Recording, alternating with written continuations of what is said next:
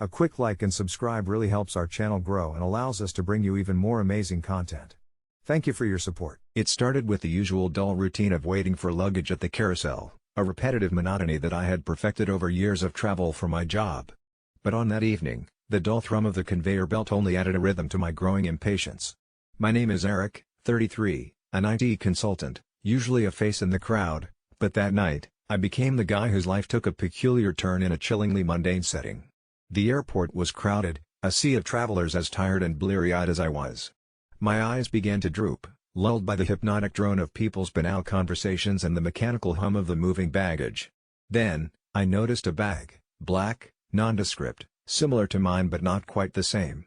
It was like glimpsing a parallel version of a familiar face, with just enough differences to signal something was off.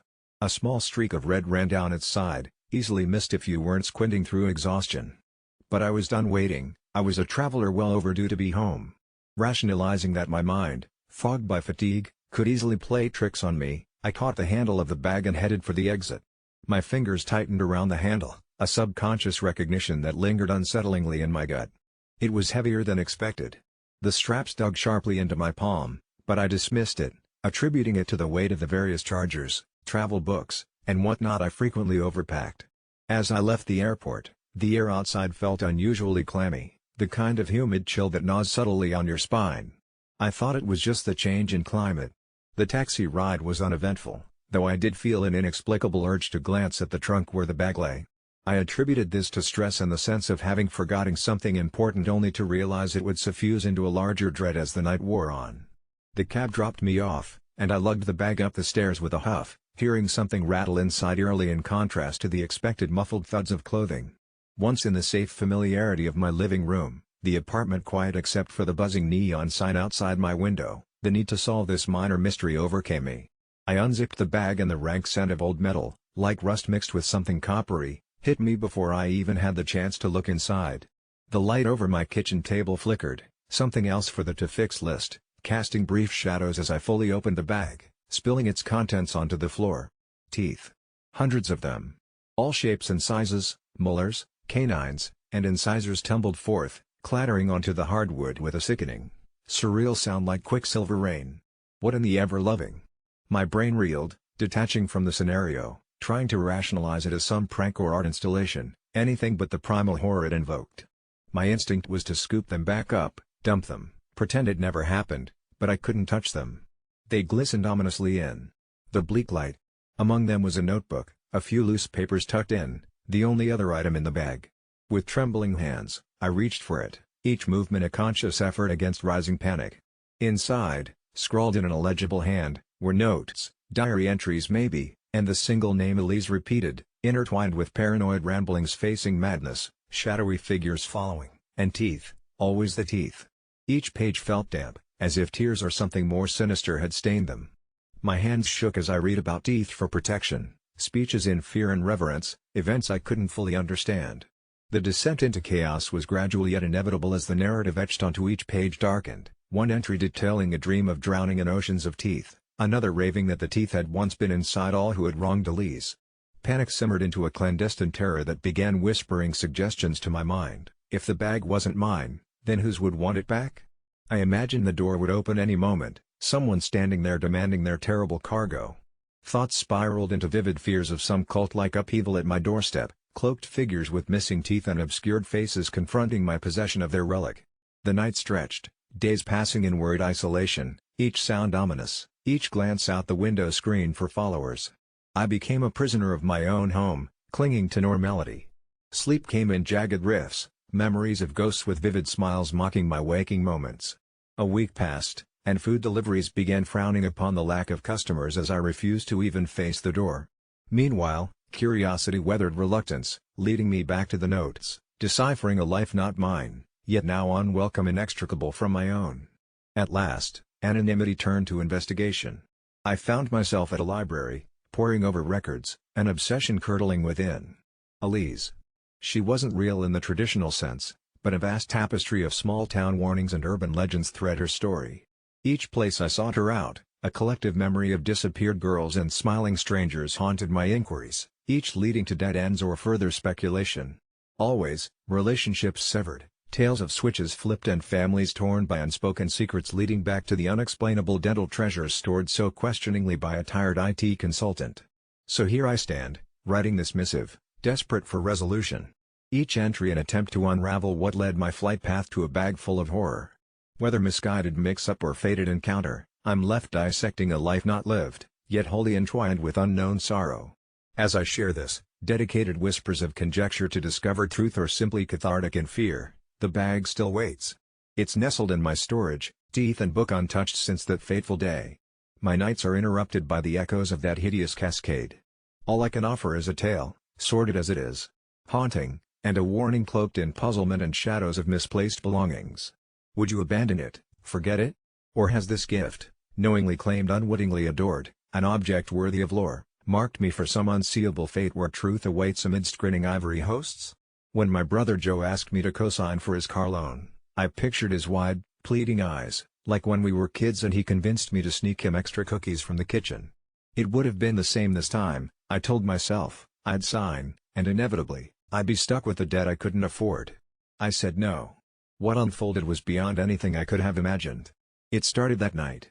As I drifted to sleep, a rhythmic tapping resonated from downstairs. Hearts pounding a synchronized beat, I crept down, expecting maybe a rat or a loose shutter flapping in the wind. There wasn't much to see in the glow of my phone flashlight, a mere flicker of movement in the shadows. The tapping persisted in the following days, growing louder, more insistent, like a sinister metronome tightening its grip on my sanity. I could almost hear Joe's voice, chastising me for denying him, but that was impossible. He hadn't spoken to me since our confrontation. Then the dreams began. In them, Joe's once familiar face was distorted, grotesque. He stood at the end of my bed, whispering accusations of betrayal. His words dripped with venom, each syllable sinking into my mind like daggers, making sleep an unbearable ordeal. "You locked me out," he would hiss. "Rejected me, left me stranded." I woke gasping, heart racing each time. The fear lingered into the daylight, an unwelcome specter. I tried to brush it off, the stress was getting to me, surely. But the nightmares were only the beginning. Physical manifestations followed, like my own rendition of a cursed tale. My reflections in mirrors appeared warped, showing a face that wasn't quite mine. The sound of phantom footsteps echoed through the hallway late in the evening. Electrical devices flickered and fizzled in my presence, and the light bulbs exploded inexplicably, plunging the house into oppressive darkness. My phone, the solitary beacon in the nightly abyss, displayed erratic behaviors, texts from Joe appearing, incomprehensible gibberish interwoven with snatches of coherent thoughts. "Help me," one read, pixels distorted into a chilling plea. Yet when I struggled to respond, always, the screen would crackle, shattering each message like so much brittle ice. I reached out to my sister, the voice of reason, in hopes of finding some explanation, medical, spiritual. I would have accepted it all. The moment she walked in, her face twisted with unease, just like she'd smelled smoke thick on a windy night but couldn't find the fire. She paced through the house, murmuring a residual prayer. "Joe wouldn't hurt you," she reassured, though her eyes belied a deeper fear. As she left, the door shuddered with a vigor nothing short of a tempest's breath. Things didn't get better.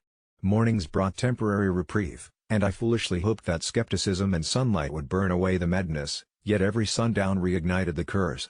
I tried ignoring it, tried offering Joe a symbolic apology in front of a half-empty makeshift shrine I cobbled together from childhood memories, hoping that somehow, wherever he might be, his judgment would cease.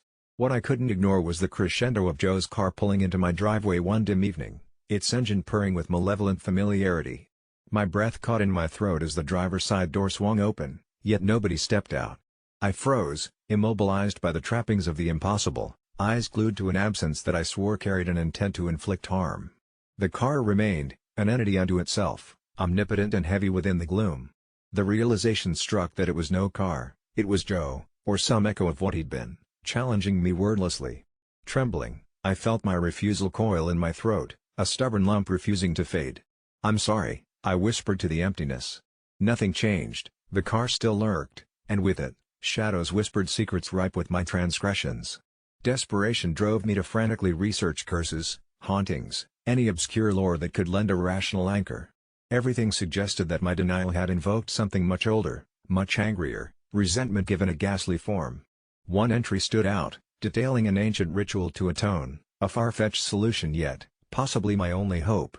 Under a full moon, I followed the obscure process as best I understood, line chalk drawings, whispers in tongues no living person should have heard, a single personal offering to appease the vengeful. That night, as I spoke the last phrase, my house shuddered, a shiver across timbered bones, and the darkness ebbed until it was nothing more than silence pressing against the walls. Peace slowly knitted itself into the fabric of my home. The car, mysteriously claimed by the dawn, vanished as abruptly and silently as it had arrived. Yet, even now, as I tap these keys, the truth haunts me. I should have just signed for the car.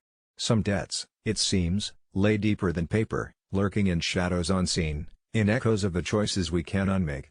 Birthdays are supposed to be joyful celebrations, but as I turn 28 today, the only thing I feel is a gnawing sense of finality. I'm sitting here in my dimly lit apartment, surrounded by half-packed boxes and the sparse whispers of my own doubts echoing off the walls, a sinister symphony that harmonizes with the rain tapping softly against the window panes. My social media feeds are flooded with happy birthday messages from friends and family, their words empty echoes that resonate hollow in the chambers of my mind. They don't know what I know, none of them do. I guess that's why I'm writing this now, a confession of sorts to whomever might stumble upon it after tomorrow. Maybe my story will serve as a warning or, perhaps, a shred of proof that some of the terrors that swim just beneath the surface of our everyday life are all too real. It was 6 months ago when things began to unravel. I got an email from a sender I didn't recognize, a simple subject line reading your future. Thinking it was spam, I almost deleted it, but an inexplicable compulsion made me open it. The email contained a single sentence: "In 6 months, on your 28th birthday, the world will reset, and only you will remember." I laughed it off at first, a joke surely, probably some sort of marketing stunt. But something in the pit of my stomach churned uneasily as if warning me subconsciously. As days turned into weeks, a series of inexplicable occurrences began to haunt my life. It started with the little things: keys disappearing, lights flickering, shadows moving just out of the corner of my eye. I quit drinking caffeine and tried to shake off the paranoia, attributing it to lack of sleep and stress from work. But then the dreams started. Every night, I found myself in a vast, empty world, eerily silent except for a low hum emanating from nowhere. I was always alone, surrounded by a dense fog that played tricks on my mind, teasing glimpses of figures that vanished whenever I tried to focus. Upon waking, the details would slip away, leaving only an unsettling residue of fear. Around month 3, reality itself began to fray. Time seemed to distort, minutes stretched into hours, or sometimes fell away like dead leaves from a tree. People I knew appeared slightly different, a mole that wasn't there before, an unfamiliar expression in their eyes. I even caught glimpses of strangers on the street whispering my name. Convinced I was losing my mind, I sought help from a therapist who prescribed medication that did nothing to dull the surreal dissonance of my existence. Desperation drove me back to the email. I spent nights researching, looking for clues, patterns, anything that made sense of this looming deadline. I found forums, corners of the internet filled with people like me, receiving cryptic messages, sharing a vision of an impending reset. Most posts were filled with hysteria, but some claimed they could stop it, talking of rituals or extreme acts of sacrifice. Their ambiguity and lack of coherence left me skeptical, but the sense of camaraderie was a lifeline. 5 more months passed in a haze, reality tying knots around my brain. I retreated from friends and family, their faces now on familiar masks I couldn't trust. My nights were spent poring through conspiracy theories, ancient texts, and urban legends, desperately seeking an answer or way out. It's now the eve of my birthday, and I'm no closer to understanding what's happening or what's about to unfold. There's just one thing I cling to, a recurring fragment from my dreams, a voice that finally broke through the hum, a child's voice. It said, "Open your eyes," just before everything went dark. I woke this morning resolute, the clarity paradoxically arising from a decision to embrace the inevitable. I'm prepared to end it tomorrow, before it can end me, but there's a part of me whispering that perhaps this darkness isn't something to fear. The strange serenity I find myself in tells me that maybe, just maybe, the reset isn't a cataclysmic end but rather a chance for rebirth, a cleansing of the chaos plaguing my reality. And yet, as I pen this last rambling confession, doubt seeps back in, mingling with the rainfall outside, whispering, "Save yourself." Tomorrow I will walk to the edge of reason, clutching the ties to my intangible whispers.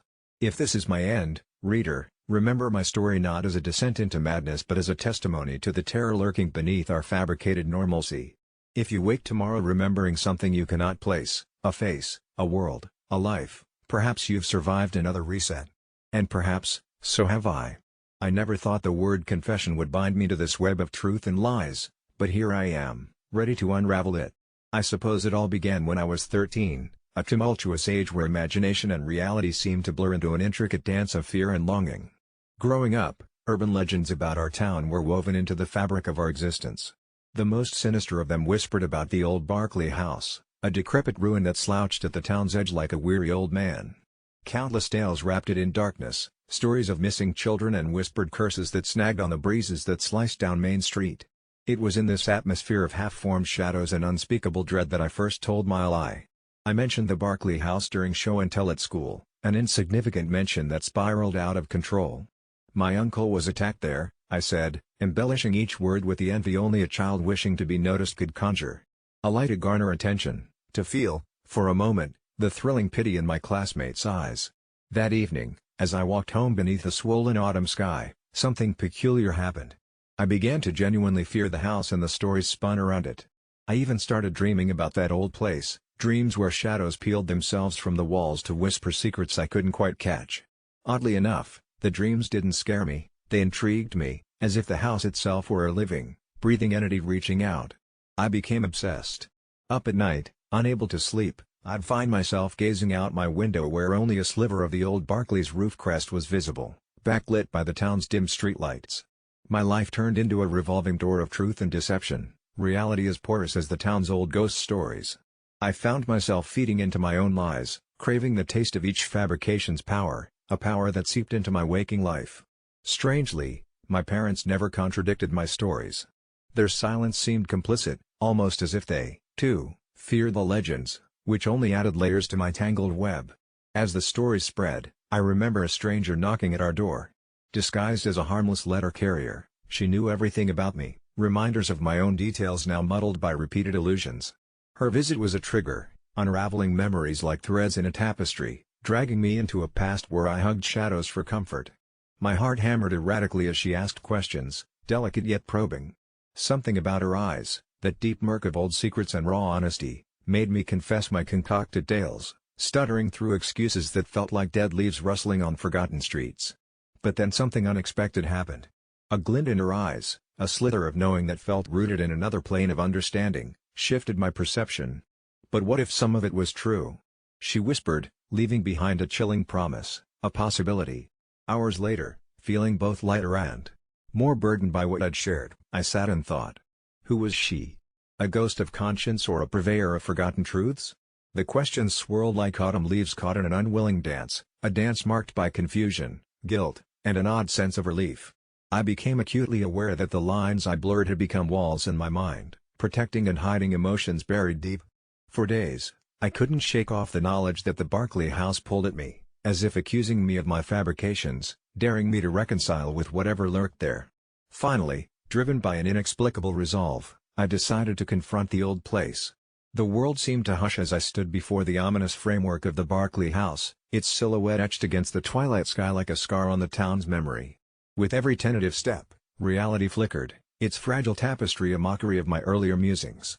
The door, aged and unreliable as my fabricated memories, creaked open. Inside, the air felt alive, charged with stories untold and ghosts of events long past. Each creak of the floorboards, every whisper of the wind through cracked windows, seemed to murmur truths all their own. My mind raced with visions, fragments of potential truths born from my own fabrications. As I reached the heart of the house, that old dining room where raindrops played forlorn symphonies on the shattered windows, I realized I was no longer afraid of what had happened to my imaginary uncle. Instead, I felt an overwhelming connection to something I couldn't quite name. As shadows climbed the walls, I heard them, those whispers from my dreams, clearer now, unraveling the knots in my mind. They didn't voice horror or dread, rather a soothing tale, a tale of acceptance, where fiction no longer enticed me to distort my past. The lie I'd spun no longer held me, it released me.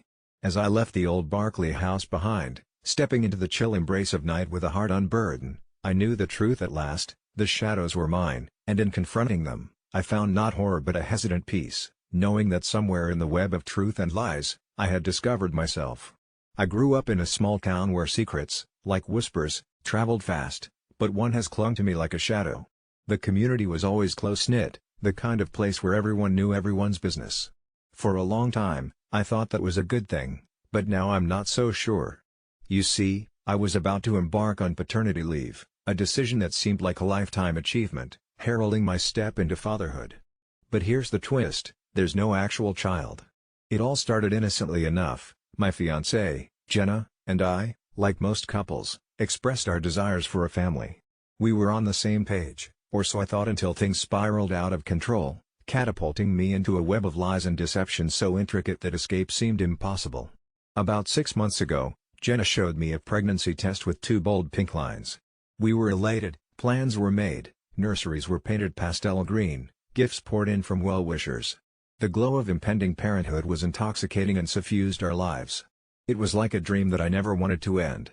However, as the months trundled on, I noticed things that to a seasoned observer might have seemed odd.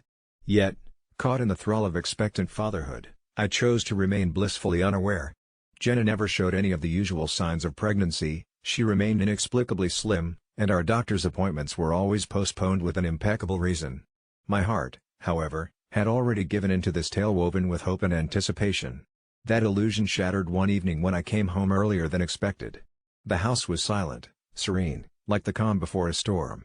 In an uncharacteristic lapse of privacy, I ventured into Jenna's study, a place I'd only seen fleetingly as she snapped the door shut with a coy smile.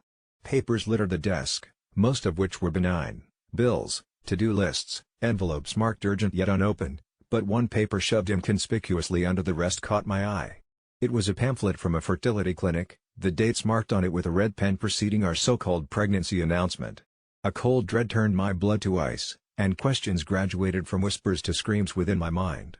Of course, I could have confronted her right then, demanded answers, but something, a deep sense of loyalty perhaps, or sheer disbelief, tethered me to silence.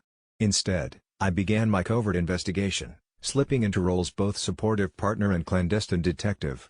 One evening, when Jenna obliviously prattled about baby names, I slipped her phone from the table, browsing its contents while she indulged in a long bath. To my horror, I discovered long threads of messages between her and someone named Marcus. He was an elusive character in her life, only mentioned in passing as a distant cousin. The messages uncovered a plot thick as night, a fabricated illness, claims of a harrowing miscarriage, false scripts to script fake medical paperwork. The worst came when I realized a darker truth buried in those messages. Marcus wasn't just an accomplice.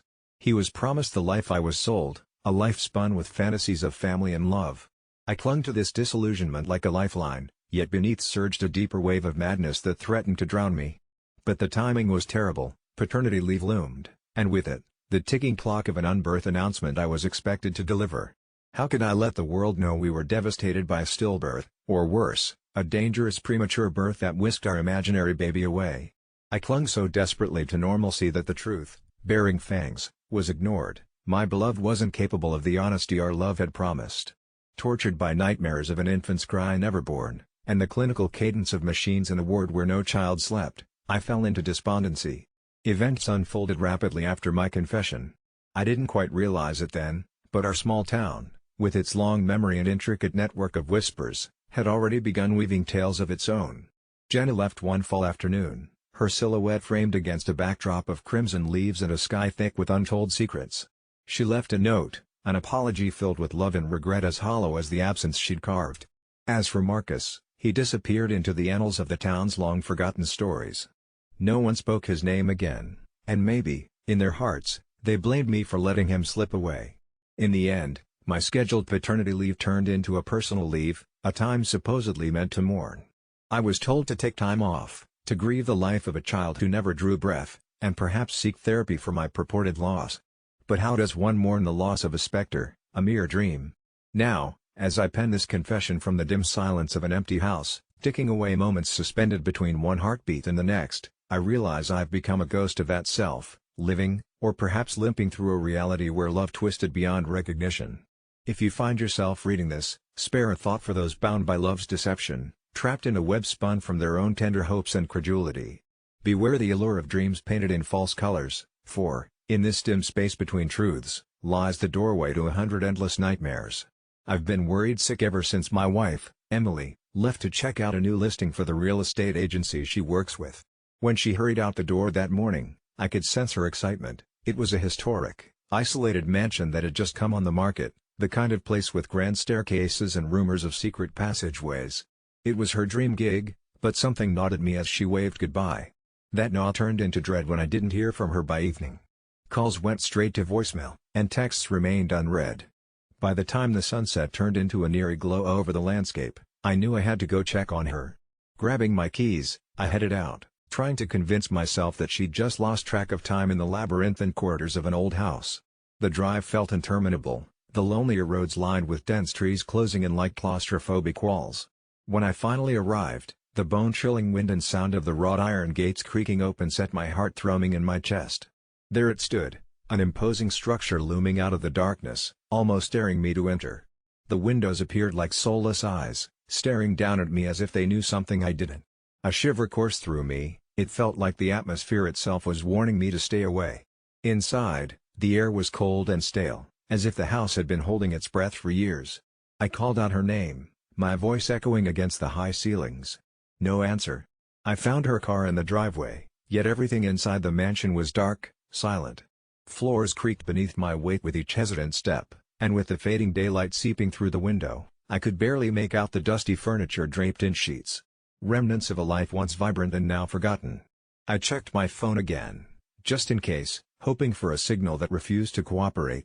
My heart pounded louder than my footsteps as I moved deeper into the house, calling her name again, the syllables swallowed by the shadowy walls. My imagination started playing tricks, shadows moving just beyond my vision, a distant murmur almost like whispers taunting me from behind shut doors. 10 minutes felt like hours as I explored room after room, each more unnerving than the last. And then, turning a corner, I stumbled into what seemed to be an ornate study, a fireplace looming and cold.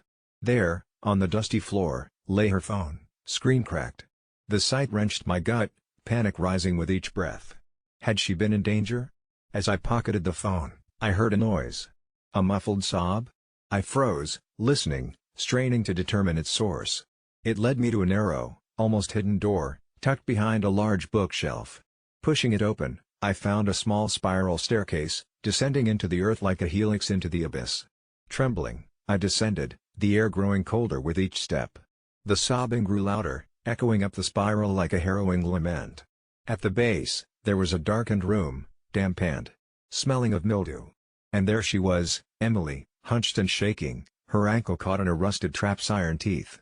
Relief flooded through me, followed by horror at her condition. Quickly, I rushed to her side, tears in both our eyes as I comforted her and unlatched the old trap. Her whispered words were frenetic and jumbled, a tale of ghostly encounters, shadow figures that emerged from the walls as if the house itself were alive, rejecting her presence. She described how doors had closed on their own, and voices had coaxed her into this bitter undercroft where the trap had ensnared her in her panic. With her arm around my shoulder, we hurried up the stairs. Every sound in that house felt magnified, each creak a threat, each gust of wind a disembodied warning. Once outside, we dared not look back, the gravel crunching beneath our desperate footsteps as we returned to the car. Safe within the confines of the driver's seat, it dawned on me how close we had come to being consumed by whatever ancient menace lay coiled within those walls. Emily, still shivering, rested her head against the window, whispering she'd never set foot in an old house again. We've tried to forget about that day, but every so often, something reminds us, a chill when the wind blows just right, or the way shadows sometimes bend in a hallway, and we remember the house that didn't want us to leave. We never did find out who set the trap or if the ghosts were real, but it's enough to know that some places hold secrets better left unexplored. I knew something was off the moment Aunt Lydia started referring to me as off my meds. We were sitting in the lounge, the last tendrils of sunset snaking through the blinds, discussing our upcoming family trip to the remote cabin in the woods, a tradition my family had upheld for generations. My aunt had always been eccentric, but I'd never heard her say anything as condescending as what slipped from her lips that evening. I brushed it off at first, assuming she must be joking, but her steely eyes and the peculiar smile that tugged at her lips suggested something malignant, a seed of doubt planting itself in my mind. The cabin had stood for over a century amidst the towering pines and was rumored to hold secrets from the ancestors, tales of whispered voices in the trees, shadows that moved against the grain of the natural world. I'd heard the stories around the campfire, the way everyone's faces would glow, eyes flicking nervously toward the darkness. But now, with these words hanging in the air, they seemed less like stories and more like warnings. Perhaps it was the stress of the upcoming trip and the weight of continuing family traditions that nudged me toward paranoia. I couldn't shake the feeling that Aunt Lydia's comment was more than an offhand snark. She had never been fond of my planning skills and often criticized the small details that didn't match her lofty expectations. Now, it felt personal, almost as if she was foreshadowing some madness that only she perceived. The idea festered: what if those words were not just a slight, but a prophecy? Late that night, I sifted through childhood memories, moments spent at that cabin in innocent reverie. But now, shadows loomed longer, the creaks in the floorboards sounded ominously deliberate, and the air felt heavy with unsaid things. As packing day loomed closer, Aunt Lydia's words became harder to ignore. I'd always dealt with bouts of anxiety, a piece of family lore that was well worn and, apparently, family ammunition. Wrestling with my decision, I mulled over whether canceling her invitation could avert whatever this looming misfortune was. Could uninviting Aunt Lydia somehow cleanse the uncertainty she had bewitched upon our trip? The whispers of family spirits in the forests began to replay in my mind, growing louder, and Aunt's words reverberated along with them. The night before departure, something strange happened. I was lying in bed, deliberately comforting myself with thoughts of fresh pine scents and escape from my urban monotony, when my phone buzzed violently across the nightstand. The screen glared, revealing a video message, something Aunt Lydia had never sent before. With a begrudging curiosity and a hint of trepidation, I opened the message. The screen flickered, and then there she was, not Aunt Lydia as I knew her, but a hollow, stern visage illuminated by the glow of a full moon. "The cabin knows, dear," she said flatly, eyes void of warmth. "It holds what binds us, the patchwork of our past."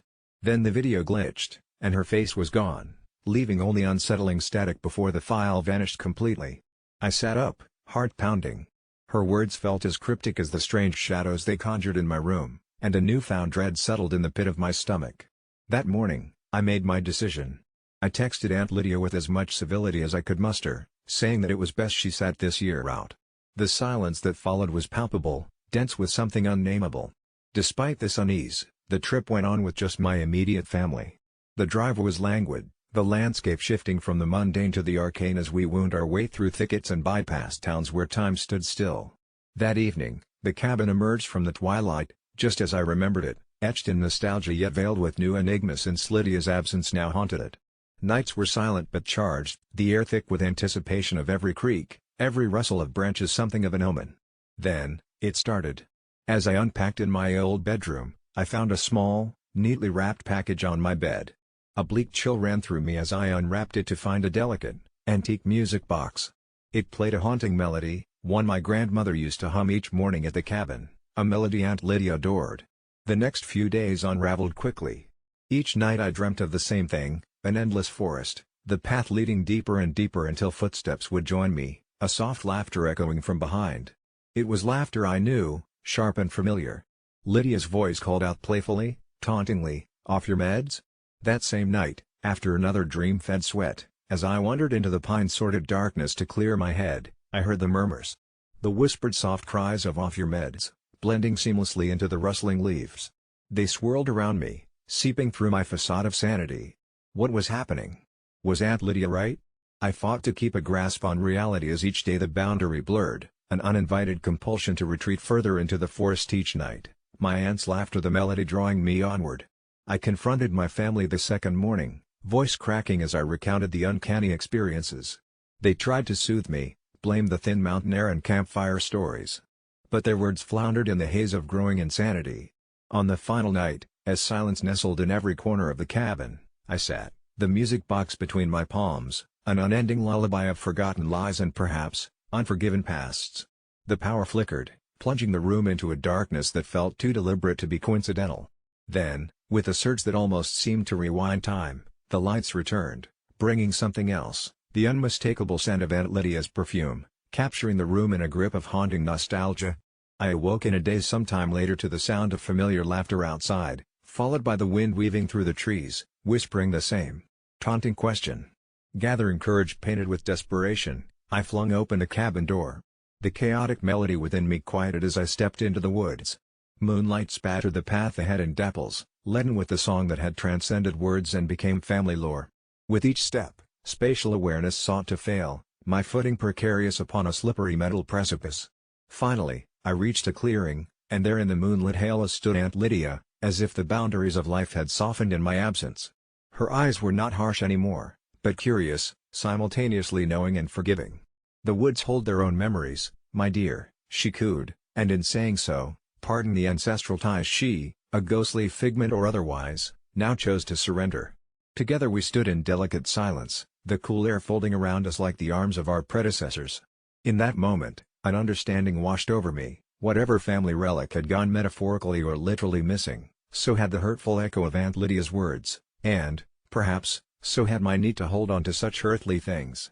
The forest whispered one last farewell as I retreated, returning to a world where boundaries and sanity regained their tenuous claim, a world absent Aunt Lydia, finally re-signed to whatever story our lineage had woven throughout these woodland enclaves. Returning to the cabin, through swirling shadows that now felt more like family than fear, I entered knowing the trip had changed something, perhaps even set a spirit free, including mine from the clutches of past affronts. When I learned of my younger daughter Jenny's engagement, I couldn't have been prouder, a feeling every father dreams of. Her fiancé, Dave, was a charming, humble guy who seemed to adore her.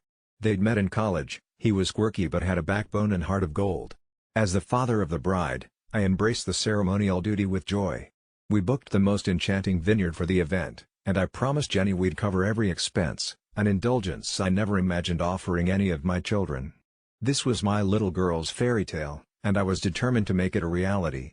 However, I never anticipated the chilling unraveling of family bonds that it would stir beneath its glossy surface, twisting happiness into something hauntingly unrecognizable.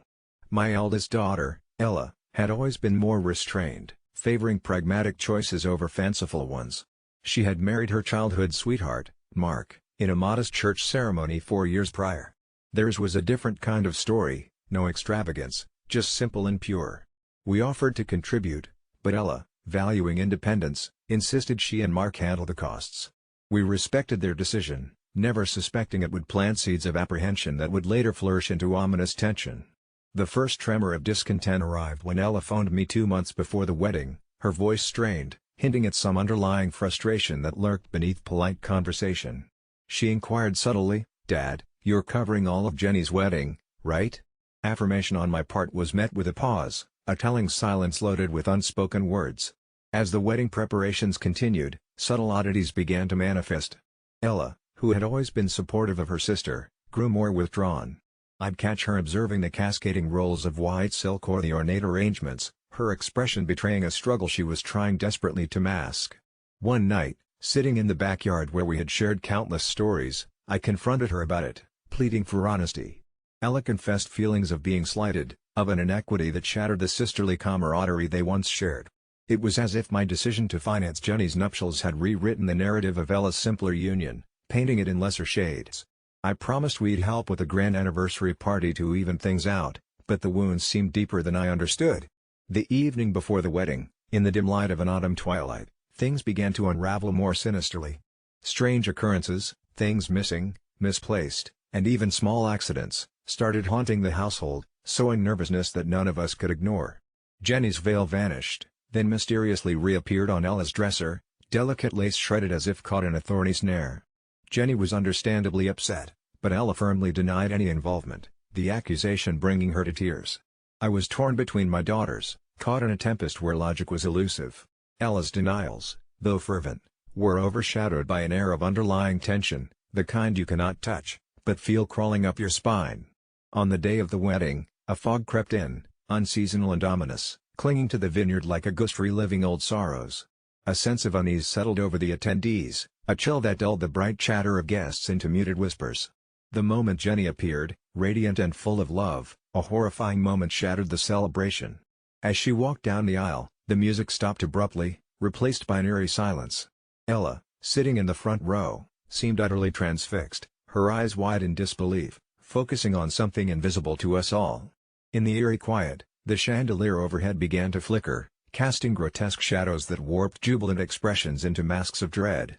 Then, just as quickly, it fell, crashing down in a deafening, heart-stopping instant. Chaos erupted, people screamed and ducked for cover. Miraculously, no one was hurt, but the terror of the moment left its mark. Among the ensuing pandemonium, Ella lied sprawled on the grass, eyes shut tight, as if battling demons no one else could perceive. It was then that she spoke, her voice laced with something far more sinister than sibling rivalry. "It's not just jealousy, Dad. It's the house. It knows." Despite my logical mind screaming to dismiss it, an eerie familiarity washed over me. I recalled how, soon after moving into the house after Ella's birth, the previous owners had warned us of strange energies. We laughed it off as superstitions.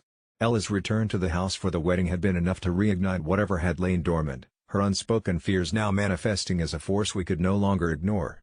Decades-old latent resentments and fears had found a vessel in Ella's jealousy, harbored so deep that they stirred malevolent whispers within these walls. Haunted by the weight of unwitting neglect and the undeniable presence that had preyed on Ella's dormant insecurities, we fled from the vineyard, abandoning the cursed celebration. We stayed in a hotel that night, shaken to our very cores.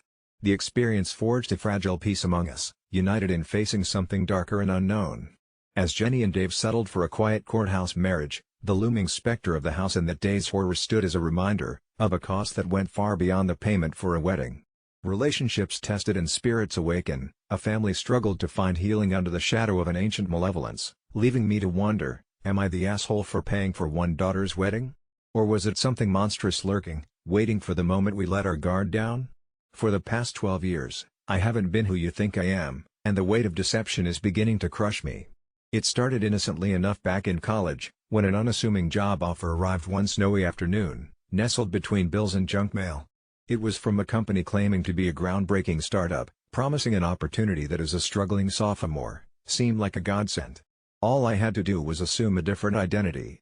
They never gave details, but the lure of financial stability blinded my judgment. I was to become Patrick Holloway, a name that almost sounded like it belonged to someone who lived by the rules, but little did I know, it was more like stepping into a vacant grave. They trained me to meld seamlessly into the skin of this persona, drilling my past, present, and future until there was no daylight between my identity and Patrick's. But Patrick had baggage, a shadow I could feel thicken behind me like fog.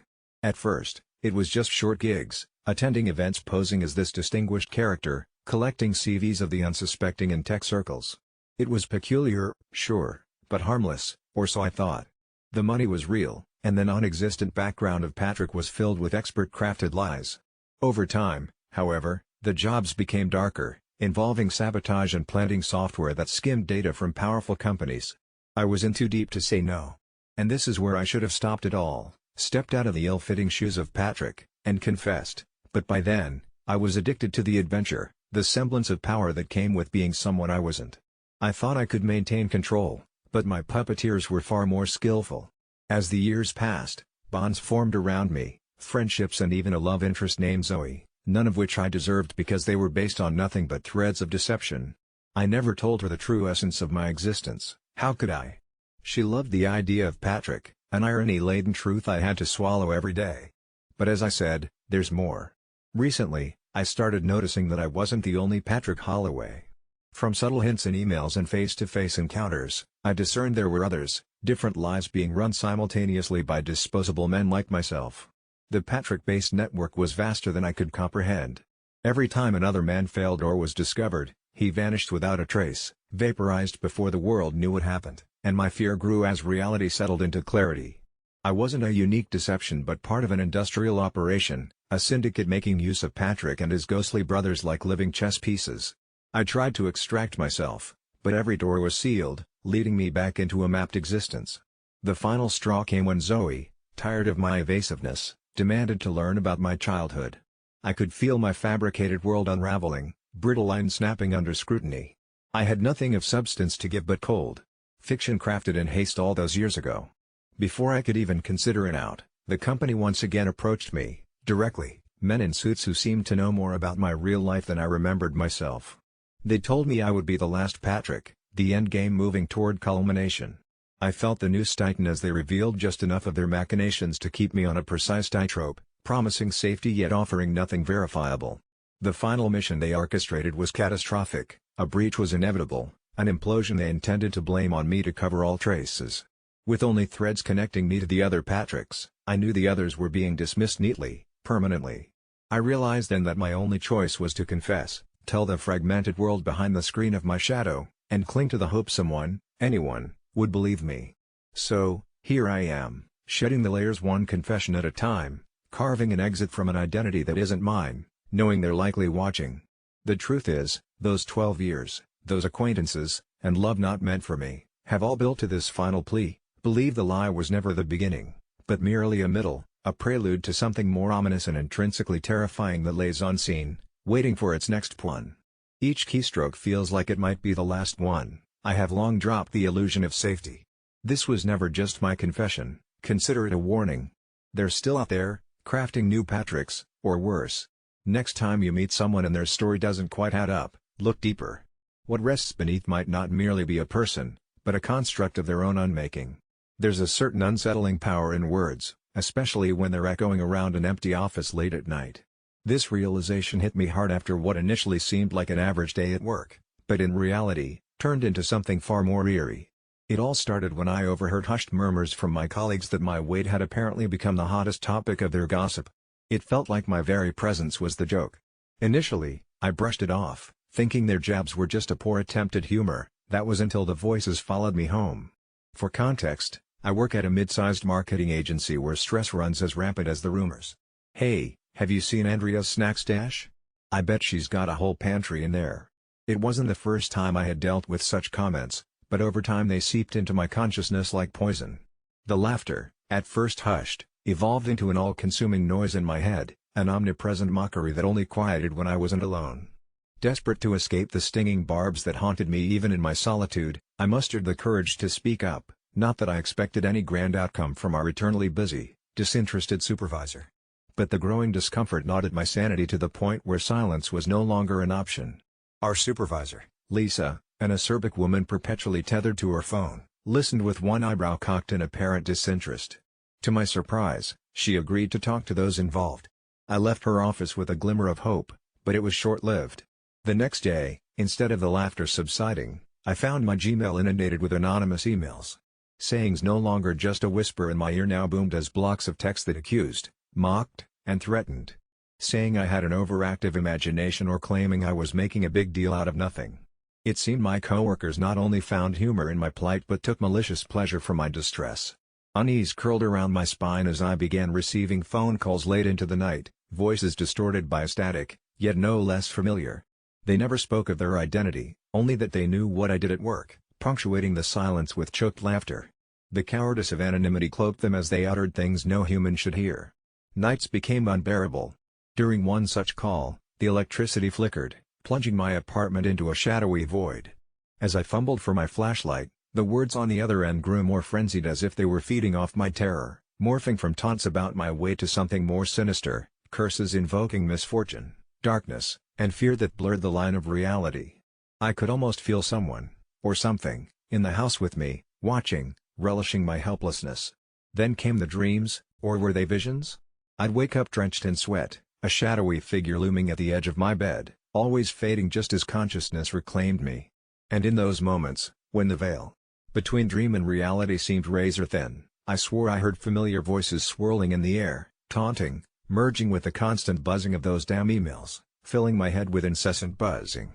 My rational self knew this was impossible, but fear is rarely logical. The paranoia escalated until I began seeing my suspicions confirmed in the subtlest glances from co-workers, in clandestine meetings that dissolved as soon as I entered the room. Did they know? Were they all in on it? Was it some twisted corporate experiment gone wrong? Sleep-deprived and caught in an endless loop of anxiety, I became reckless enough to confront Susan, one of the suspected ringleaders. Her reaction, a blank stare devoid of any emotion, was almost more chilling than the phantom calls. "It's not real," I told myself. "It's all in my head." But the true horror was realized one dismal evening when Lisa called me into a darkened boardroom. Her usual detached demeanor was replaced with something akin to urgency. "Andrea," she began, "we need to talk." Her typical disdain was gone, replaced by something raw and unnerving. Before I could react, the lights dimmed and the projector flickered to life. Grainy footage danced across the screen. It was me, captured in vulnerable moments over the past weeks. I watched in silent terror as clips showed me tossing and turning in bed, startled awake by whispers, haggard and shadow-eyed at my office desk. "This isn't just office chatter anymore. Someone wants to harm you," Lisa murmured, her voice strangled with sincerity, or was it guilt? The room seemed to hum with a living presence, yielding a weight so oppressive I felt my breath catch. The next words froze the very air. "I thought you might be behind it, but if you're watching this for the first time too, we have a problem." A chill coursed through my veins as Lisa confessed she hadn't believed me at first. That she took part in sending the emails, thinking I needed the humiliation to build character. It was part of the corporate culture, an initiation hazing of sorts, she explained, albeit reluctantly. But then it morphed beyond their control, something darker imbuing the once innocent, even if cruel, office jokes. Someone had added an unforeseen malevolent twist. Who has been filming this? The question hung in the air heavy with terror, but the room offered no answers, just a mocking reflection of fear back at us. Lisa's plan, a desperate grasp at recovery, was to notify the authorities, but I had already transcended trust in institutional safety. As I exited the building that night, the city seemed different, colder, with shadows clad in malicious secrets. That's when I realized this wasn't just an unveiled prank, nor was it a simple workplace dilemma. This was an intrusion beyond the office, a wicked crossing of boundaries with sinister origins. Whether spectral or born from a colleague's twisted psyche, something had found a way to animate my nightmares, to solidify whispers into something physically paralyzing. And as I walked past the residual chatter of the city's streets, those same distorted voices echoed once more, no longer just a metaphorical haunting but an unnerving reminder that some darkness you can't just report to HR. You can't possibly tell what's real once the shadows decide to play. When my therapist, Dr. Hendricks, suggested the experimental therapy session, he regarded it like magic, sprinkling my life with transformative stardust that only a few privileged souls got to experience. The air in his office hung with a thick, lingering anticipation crammed with books wearing the dust of forgotten centuries. Dr. Hendricks, an eccentric blend of sharp eyes and warm demeanor, leaned forward and said, "This will change your life, Claire." My heart, hopeful and reckless, danced at the promise. He called it subconscious immersion therapy, and I was the perfect candidate, a young, resilient mind tormented by the echoing unrest of an untraceable anxiety. The concept was deceptively simple. I would plunge into a guided journey inside my subconscious, mining the depths of my psyche to confront and understand the fears that tethered me to sleepless nights. Within the safe boundaries defined by Dr. Hendricks, my consciousness would be expanded and narrowed all at once, peeling back the layers of my mind like an onion, until the pungent core was finally revealed. The session began with me lying on a plush chaise, listening to the rhythmic, dulcet tones of a metronome as a strange device was placed on my head, connecting me to the computers that hummed a low, comforting lullaby. "You're going to feel a slight tingling sensation," Dr. Hendricks explained as his words swirled around me like leaves caught in a gentle autumn breeze. I nodded, feeling a prickling warmth bleed through my veins, each pulse a promise of transcendental revelations. As my eyelids fluttered shut, the world receded, leaving behind the shadow of the metronome's resolute ticks. That's when I became aware of the darkness, a profound, all-encompassing void that was both a blank slate and a canvas waiting to be tainted by buried memories. Instead of fear, a deep and curious respite cradled my consciousness, urging me to explore further. Suddenly, I was standing in my childhood bedroom, the walls still painted with wildflowers my mother had lovingly stenciled in my youthful days. Moonlight danced through the sheer curtains, casting intricate patterns on the hardwood floor. Everything was eerily untouched by time, except for the photograph by my bedside, one that was never actually there. My hands trembling, I picked it up, revealing an image of a family dinner. Except it wasn't from my memories, I'd never seen these people before. They laughed, their joy infectious in a memory that wasn't mine to begin with. The sensation of unease intensified, like a spider crawling up my spine. But the room, as if alive and sentient, urged me forward, inhaling and exhaling with a life of its own. Distant whispers echoed in the hallway, compelling me to step through the door. My feet, leaden yet determined, carried me towards the voices that slithered through the walls, a chorus of people trapped in the folds of my subconscious. I found myself in a grandiose dining room, a mishmash of periods, clashing from ancient to modern, a kaleidoscope of time lost and forgotten. At the table sat figures with faces blurred as though out of focus in a dream. It was terrifyingly familiar, like trying to recall a nightmare upon waking. The figures engaged in a symphony of garbled conversations, their voices rising and falling in chaotic crescendos around me. Among them was a mirror, old and cracked, reflecting not my face but a tapestry of emotions, rage, despair, love, all flickering in flashes like distant lightning. In that instant, the room shuddered, the illusion faltered, unraveling the threads of my fateful tapestry. Faces of the people in the photographs started forming clearer images, and one by one, they turned towards me, their eyes lifeless yet piercing as if questioning my presence. Panic carved its way into my chest, but curiosity, relentless and seductive, urged me on. I stumbled backward, my fingers entwining in the web of lies my own mind had woven. With a blink, the scene dissolved, leaving me amidst a swirling mist, a timeless wasteland devoid of life. Here, a solitary figure waited, an elderly woman with eyes that matched mine, ageless pearls in a cavernous ocean of shadows. She sang a lullaby in a language I knew but couldn't place, resonating through my being until it unlocked memories I didn't know I had hidden. Glimpses of another life flashed before me, glories and mistakes woven into the tapestry I had partially unraveled.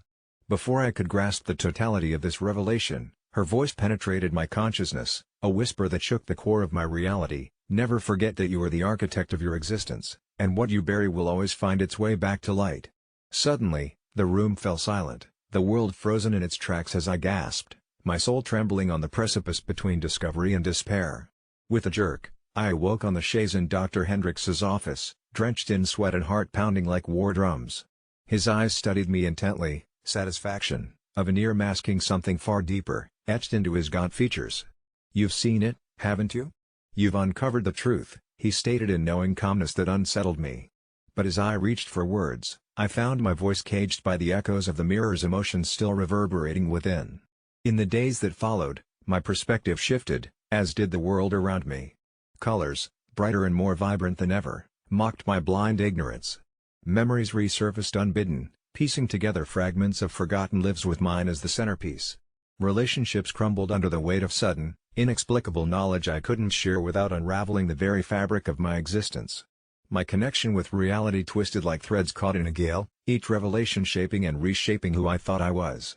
And Dr. Hendrix, always present in the shadow of my newfound awareness, kept warning me that the journey had only begun, that I must embrace or refute the riddled identity my subconscious had revealed. No longer anchored to the ordinary, I've been restlessly exploring the boundaries of my life, a dichotomy of light and shadow guiding my path. What I apprehended in that experimental therapy has unfurled an enigmatic labyrinth I am both terrified and compelled to navigate. Every night, I dip into dreams that fracture the line between reality and illusion, knowing that monstrous truths lie coiled in the heart of my existence, ready to ensnare me in their unforeseen embrace. This therapy dislodged more than I could have fathomed, it awoke a relentless metamorphosis, and I am forever altered, living on borrowed breaths among strangers I once called my own. The first thing you need to know is that my sister, Jenna, has always been a little different. Not in a bad way, just different. Even as kids, she had her head in the clouds, turning cardboard boxes into spaceships and believing her teddy bears spoke to her at night. I always thought she'd grow out of it, maybe chalk it up to a vivid imagination. But then, Jenna became pregnant. She was over the moon, lining up doll-sized clothes even before she started to show, naming her little one long before the ultrasound could confirm its gender. No one questioned her excitement or her meticulous preparation. After all, impending parenthood does funny things to people. Things took a turn when she started talking about the light. Jenna babbled endlessly about waking up in a glow that seemed to emanate from nowhere, surrounding her belly in a soft, pulsating warmth. She insisted it was a sign that her baby was special, destined for something beyond our mundane comprehension. I dismissed it as new age mumbo-jumbo, the sort that expects you to align crystals to balance chakras. Then she invited me to her home, a small cottage nestled away on the edge of town, claiming she wanted me to meet her miracle. Her intensity almost deterred me, but family obligations won out, and curiosity nudged me forward. The indoors was fouler than I'd imagined, all windows sealed shut, air thick with incense and strange herbs, paintings of celestial phenomena cluttering the walls. Jenna floated about the place like someone possessed, whispering lullabies to her belly, urging it to glow for Auntie. She led me to the nursery where the atmosphere seemed to shift, an odd, oppressive heaviness settling over the room. In the crib, instead of the soft crib cushions and fluffy toys you'd expect, lay a jumbled mass of what looked like wires, slowly undulating as if breathing. It took a moment before I realized, the thing was emitting a ceaseless, soft hum. "Isn't he beautiful?" Jenna beamed with maternal pride, her eyes glazed with something that wasn't entirely sane. My mouth went dry. At first, I thought it was some art project, an elaborate joke, but the reverence in her voice chilled me to the bone. "It's not a real baby," I blurted out, horror gripping me, the moment of clarity ripping through the cocoon of unreality. Instantly, Jenna's face darkened, and her pupils seemed to swallow her irises. She accused me of jealousy, of failing to understand and appreciate the miracle she'd been chosen to carry. Nights became restless for me after that, hours haunted by the drone-like cannulation of circuits and a light that danced beneath my eyelids whenever they slid shut. Something was terribly wrong, clawing at the fringes of my consciousness. I returned, hunting for answers, half believing that I might find a logical explanation. Jenna's welcoming demeanor had soured. I was an outsider, a skeptic, someone trying to put out the light of her child's brilliance. Despite her protests, I inspected her home further, driven by an unseen force, stumbling across drawings that seemed to flicker and pulse, tracing the edges of what looked like machinery-exploded diagrams. My heart pounded erratically. The schematics were disturbingly detailed, suggesting much more than a child's game. Desperately, I sought help from friends and professionals, but they laughed off my concern, dismissing Jenna's obsession as eccentricity and my recounting as someone in need of a little less coffee. Determined, I clandestinely filmed our next interaction, needing evidence, something more than my words could convey. As my phone captured her jubilation, the room grew steadily brighter and my device began to overheat bizarrely, the screen flickering before blacking out entirely. Something in that nursery violated common sense, and being near it filled me with both dread and unnameable awe. "She has plans for us," Jenna kept repeating, rocking on her heels, her hands tracing signals into the fabric of reality I couldn't decipher. The members of an online forum I frequented were the only ones who seemed to take me seriously. They talked of ancient machines, spectral energies, cycles of rebirth, intertwining biology and technology, but it felt so abstract. On a whim, a fellow member offered to connect me with a friend into unraveling the unseen. This contact, when approached, seemed more intrigued than alarmed, offering his expertise for nearly nothing, but making me promise to keep an open mind to the impossible. The day he was to arrive, the sky erupted in a tempest of savage colors, as if some cosmic entity cracked an eye open briefly upon our corner of the world. We entered, he instinctively armed with devices I struggled to understand, and found Jenna cradling the mechanical bundle, as if it were flesh and blood. A single touch from him to the cradle and everything went black, not just the absence of light but a total, enveloping void. In that suffocating darkness, I couldn't tell where I ended and nothingness began. Whispers unlike any sound I'd heard filled the space between heartbeats. The pressure mounted until I thought I might shatter, and then daylight reasserted itself as though nothing had happened. The contraption now lay in dereliction, Jenna sobbing, a hollow ringing resonating through the cottage like a death knell. My contact assured us we'd collapsed a potentiality, a hybrid of intent and incident, one lingering too long between our world and wherever it emanated. Emerging, we found the town caught in a hushed awe. Many claimed they felt the earth shift, that the skies briefly wept a new kind of rain, one that left them feeling more alive, if not quite whole. Did we save Jenna and her child? The reality replayed in my mind constantly tore at me with unfinished threads, the knowledge that explore dimensions unseen often require a sacrifice not willingly given. Jenna doesn't speak of it, her mind seems to exist in a wrapped state, a tapestry reknitted where holes remain between the stitches. The incidents became folklore, as stories like these often do, but I watched from the periphery as small electrical anomalies began to appear, flocks of birds circling areas devoid of electronic noise, and wondered if something within the cracking tether to our reality had left its echo. Possibly an innocuous whisper long after the scream. Though it's quiet now, I dare not turn my back, refusing to see another glimmer lurking or confront shadows that would dare take form. So, tell me, does that make me the asshole? For trying to save my sister from something she didn't know she invited in, or for telling her cold truth that day? Perhaps the greatest truth is knowing how little we truly understand. I've always known the job came with quirks, but nothing prepared me for the reality as a tribal correctional officer on the margins of the world, where legends still wove through the fabric of daily life like whispers carried on the wind. My first day set the stage with a list handed to me. Darlene, the seasoned officer, her eyes carrying the weight of 1,000 untold stories, instructed, "These are the 5 rules you must follow if you want to survive here." Rule 1 was deceptively straightforward: never cross the threshold of the visitor's center until the sun had fully risen. At first, this seemed like mere formality, perhaps a nod to local tradition or just typical early morning protocol. But when I broke it, eager to catch a glimpse of the inmates' morning routines, the shadows seemed to ripple and shift perceptibly, as if the walls themselves resented my untimely presence. The brisk, northern wind bit through my uniform, echoing with a persistent, low moan. Soon enough, I realized Rule 1 wasn't about morning routines, it was about the protection afforded by the light of day. Rule 2 bound us tightly to the territory's spiritual roots: never touch the iron gates unless you had first walked the sacred grounds, a small patch of earth cradled by ancient trees behind the facility. An odd practice, to be sure, yet breaking it once taught me an unforgettable lesson. An icy surge coursed through my veins upon touching that cold, rusty metal without paying respects, leaving my hand numb and tingling for hours. Darlene found me rubbing my hand frantically against my leg, muttering under her breath, "You'll learn, we all do." There was no reprimand, just a solemn understanding among those who worked here about forces at play beyond bureaucratic mandates. Rule 3 was a grave one, hushed and shadowed in warning with its utterance: any inmate, particularly the ones who spoke in chants during certain moonlit nights, should never be interrupted. Interrupting these low, vibrational hymns could trigger things that were best left undisturbed. The first time I heard it, the hair on the back of my neck stood on end. It wasn't language as we knew it, it was primal, affecting the air, setting it abuzz with invisible electricity. We were to walk away, offer a silent prayer, and let the chant run its natural course, for the stories passed down spoke of spirits called forth and shackles unseen clanging against ethereal bars when their rhythm was halted. By the time I encountered Rule 4, I was well versed in the uncanny: never eat food left unaccounted for in the mess hall, no matter how innocuous it seemed. An offering, it was said, to the ancestors who watched over the grounds.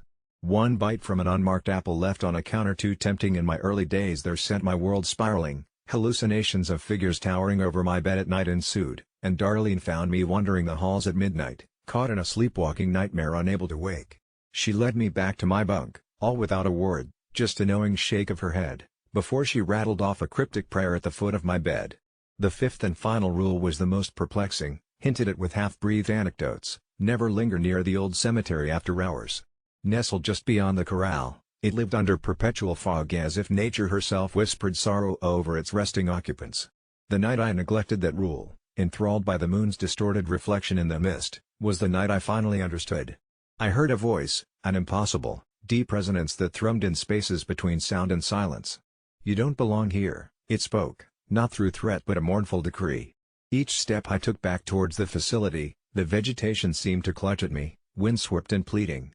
It was then Darlene found me, her lantern's light casting a glow, and with a voice as ancient as the lore she uttered, "Every place has its rules. Ours just come from deeper roots." These rules, as irrational as they seemed, had purpose, an unspoken pact between our modern duties and the spirits entwined with the land's history. Living them became second nature, a dance of respect and survival. Over the years, I watched new recruits come and go, many dismissing the rules as mere tribal superstition until the land taught them otherwise. Some fled, others stayed but carried a haunted look, bearing witness to things beyond the sight of those untouched by these tales. Curiously, the rules that once felt like a binding contract became my tether, an understanding that some things are timeless and intangible. In those moments of quiet compliance, amidst tales of shadows and echoes, I found a strange solace within this circle of history and haunting, accepting the whispered legacy that flowed like a hidden stream beneath this place of stone and spirit. When we signed up for Camp Alderwood, the brochure promised adventure, friendship, and memories to last a lifetime. Nestled deep in the untouched forests of Vermont, the camp boasted an expansive lake, rustic cabins, and an escape from the electronic world most of us craved. Our parents saw it as a perfect getaway from our screens, a chance to reconnect with nature, as my mom enthusiastically put it. With a small group of friends, I boarded the rickety bus that would carry us and a dozen other kids into what we thought was going to be a summer of fun and exploration. For the first few days, the camp was exactly what we'd envisioned. We spent mornings perfecting our archery skills, not that I was any good, evenings by the campfire sending s'mores sliding into our stomachs, and afternoons swimming in the glistening lake, whose depths seemed endless and oh so inviting under the sun's watery gaze.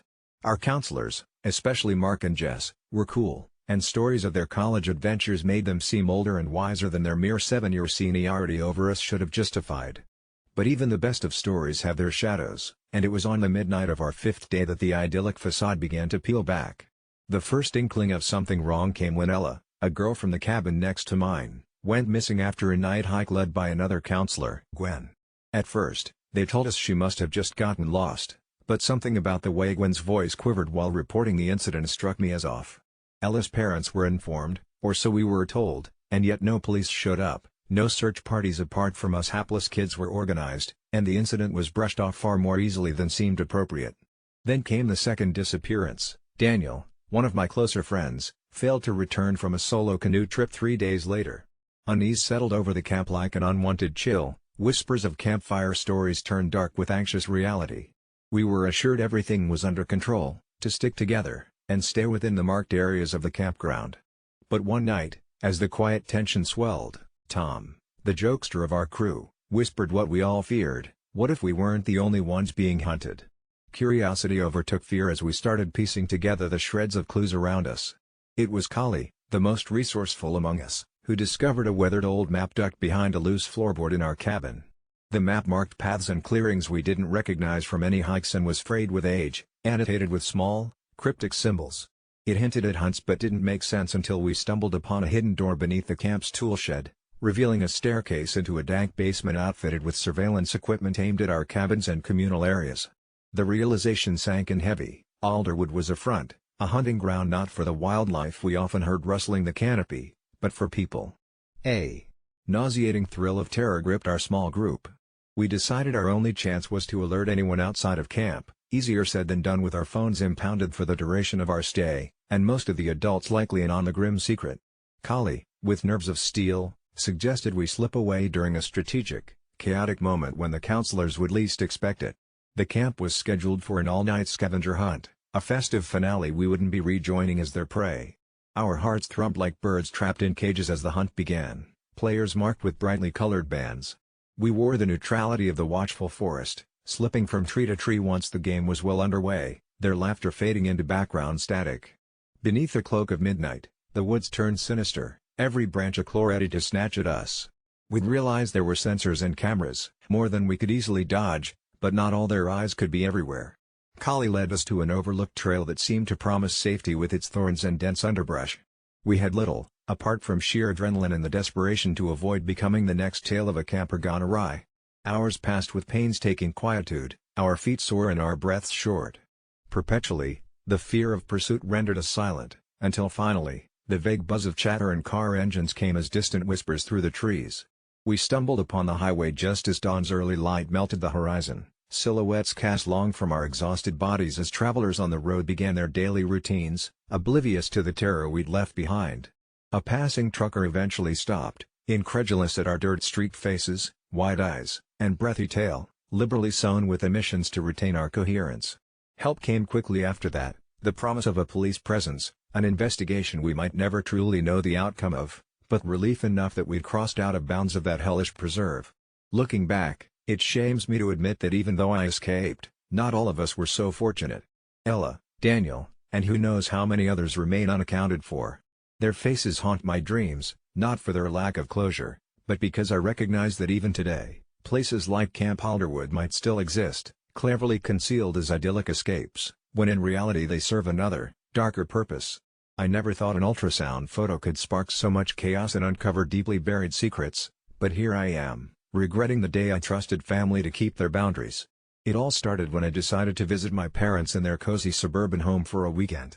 I was a few months pregnant, and this was the first grandchild on its way, so I knew they'd be thrilled when I shared the news. Over tea and laughter, I handed them the ultrasound images, expecting happy tears and maybe some celebratory snacks. They were ecstatic, embracing me with pure joy in their eyes. It was one of those rare moments I felt close to them. However, I insisted on keeping the pregnancy news private for just a while longer, wanting to share it on my own terms. They agreed, insisting they'd respect our wishes, and I left that weekend with a heart full of optimism. 3 weeks later, as Christmas approached, I received a peculiar email from an aunt I barely spoke to, cluttered with emojis in typical her fashion, exclaiming how adorable the announcement was, and wondering why I hadn't told her personally. Baffled, I replied asking what she meant, and she soon sent back a picture that made my heart drop. It was an elaborately designed Christmas card with the ultrasound printed right on the front, adorned with a bright header that read, "A new family member arriving soon." Taking a deep breath to curb my growing fury, I tried calling my parents, but there was no answer. I spent the day mentally scripting various confrontations, ranging from calmly inquiring about it to outright accusations of betrayal. That night, I finally got through to them. My mom answered, and before I could accuse them of turning my announcement into a spectacle, she started crying. Between her sobs and my escalating anger, she managed to spill out words that weren't what I expected. We thought you should know. You're not our only child. Puzzled, I sat in silence as she continued, "The ultrasound, darling. It's. My dad chimed in through tears. "It's at Win. We didn't know how to tell you." The room spun around me. It was a joke, it had to be. Guess my act of denying reality wasn't going to save me here. Apparently, the photo they'd used for their card wasn't the same one I'd given them after all. Their grand announcement had accidentally unveiled a hidden chapter in our family history, one I never imagined existed. When I demanded answers, the full story unraveled messily. My mom and dad had become tangled in a decade-old biological conspiracy, fueled by foolishly desperate desires. They divulged how, long ago, during a challenging phase in their marriage, they participated in a rather secretive, ethically questionable fertility program which produced embryos that had been lost and forgotten, or so they thought. They'd signed away their rights under the guise of giving those creations a chance at life, buried it in their minds, thinking it was a decision they'd never confront. Until, apparently, the clinic tracked them down just as I was pregnant, distributing their old embryos for today's technology trends, anonymously seeking surrogates and donors who unknowingly bore related children. Somehow, one of these ultrasounds, the ultrasound they mistook for mine, was actually of something far more complex, the ghost of family ties in a womb unknown. I was a living biological sibling to unnamed other siblings who had been, through some bizarre consequence of scientific playing God, reborn elsewhere. As the horrific truth sank in, my trust in all family ties eroded. My parents explained how they assumed the photo they'd received was my own, foolishly enshrining their delusion in festive glory without even confirming. They, in the bubbling excitement of unaccustomed grandparenthood anticipation, sought to extend love to whatever form our family took, not realizing the minefield they were stepping into. Disturbed yet unable to fully digest this new reality, I ended the call, numbed by confusion. The ultrasound, supposedly of my child, haunted me, layered now with daunting implications. I felt my identity fragment, and questioned the very constructs of my existence, all because of a cheerful Christmas card that set off a horror sequence of parental transparency once thought unimaginable. Suddenly, every Christmas for me would carry not just the normal stresses of the holiday but the anchored weight of this revelation, a dark legacy interrupted not by joy, but by bizarre scientific intersections and unintended consequences.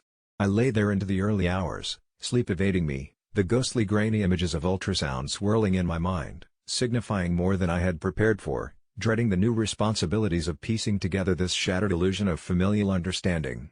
As I sit here, weeks later, clutching the real ultrasound of my very real and singular pregnancy, I question, am I the asshole for feeling betrayed, furious over something they couldn't have predicted, or for wanting to claw back the autonomy stolen from this deeply personal moment?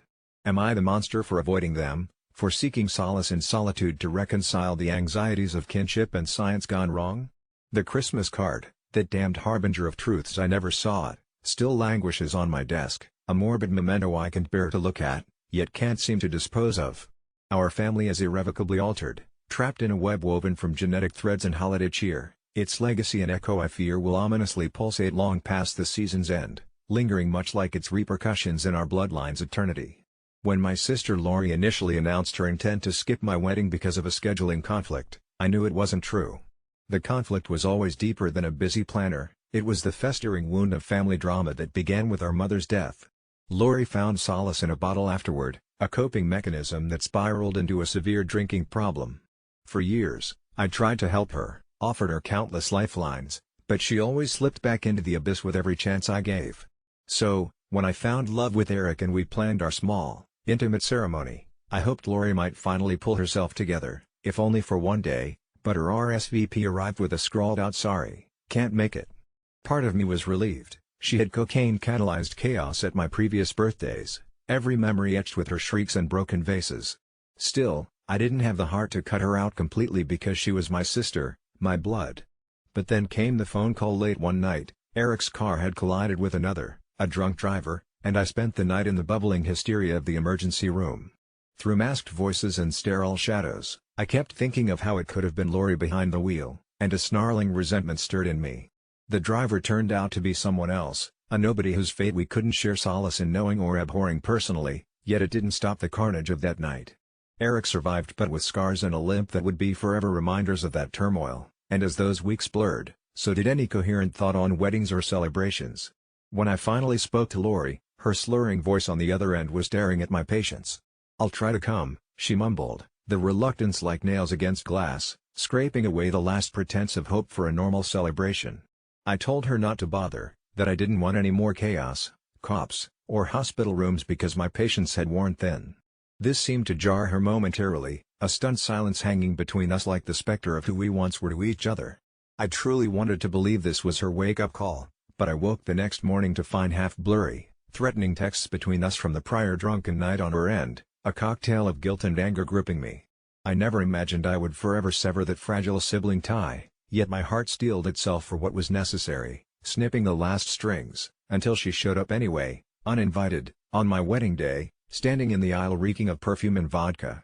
She was a train wreck marinating in desperation, swaying as she made a scene and spotlight steeled the happiness I'd gathered in my marrow for that day. There was shouting, confusion, and in the rawness of it all, a disharmony twinkled in my heart. Was she the monster, or was I, to have my life motioned to a solitary piece that had no room for her anymore? In the torment of my decision, I watched security escort my sister, my mirror, and wondered if family ties meant anything if they are spliced and withered by addiction. The night concluded with candles flickering onto tablecloths in the reception hall, the guests tiptoeing around the elephant of the deed, a sister crushed and tumbling away into the night. While I clutched Eric's unblemished hand, now coupled with history and hesitant happiness, guilt slithered through, whispering untold tales of blood pacts and broken promises.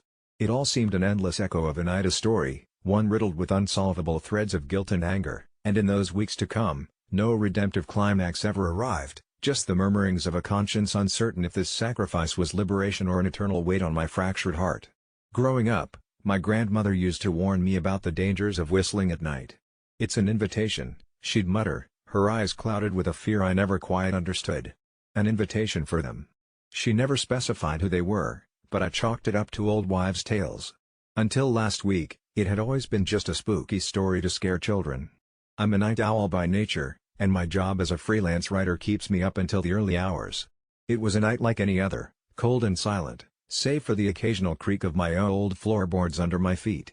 As I paused to stretch, trying to shake off the persistent chill that seemed to settle on my spine, I began whistling an old tune. I still can't remember why, maybe out of boredom, maybe because the silence felt too heavy.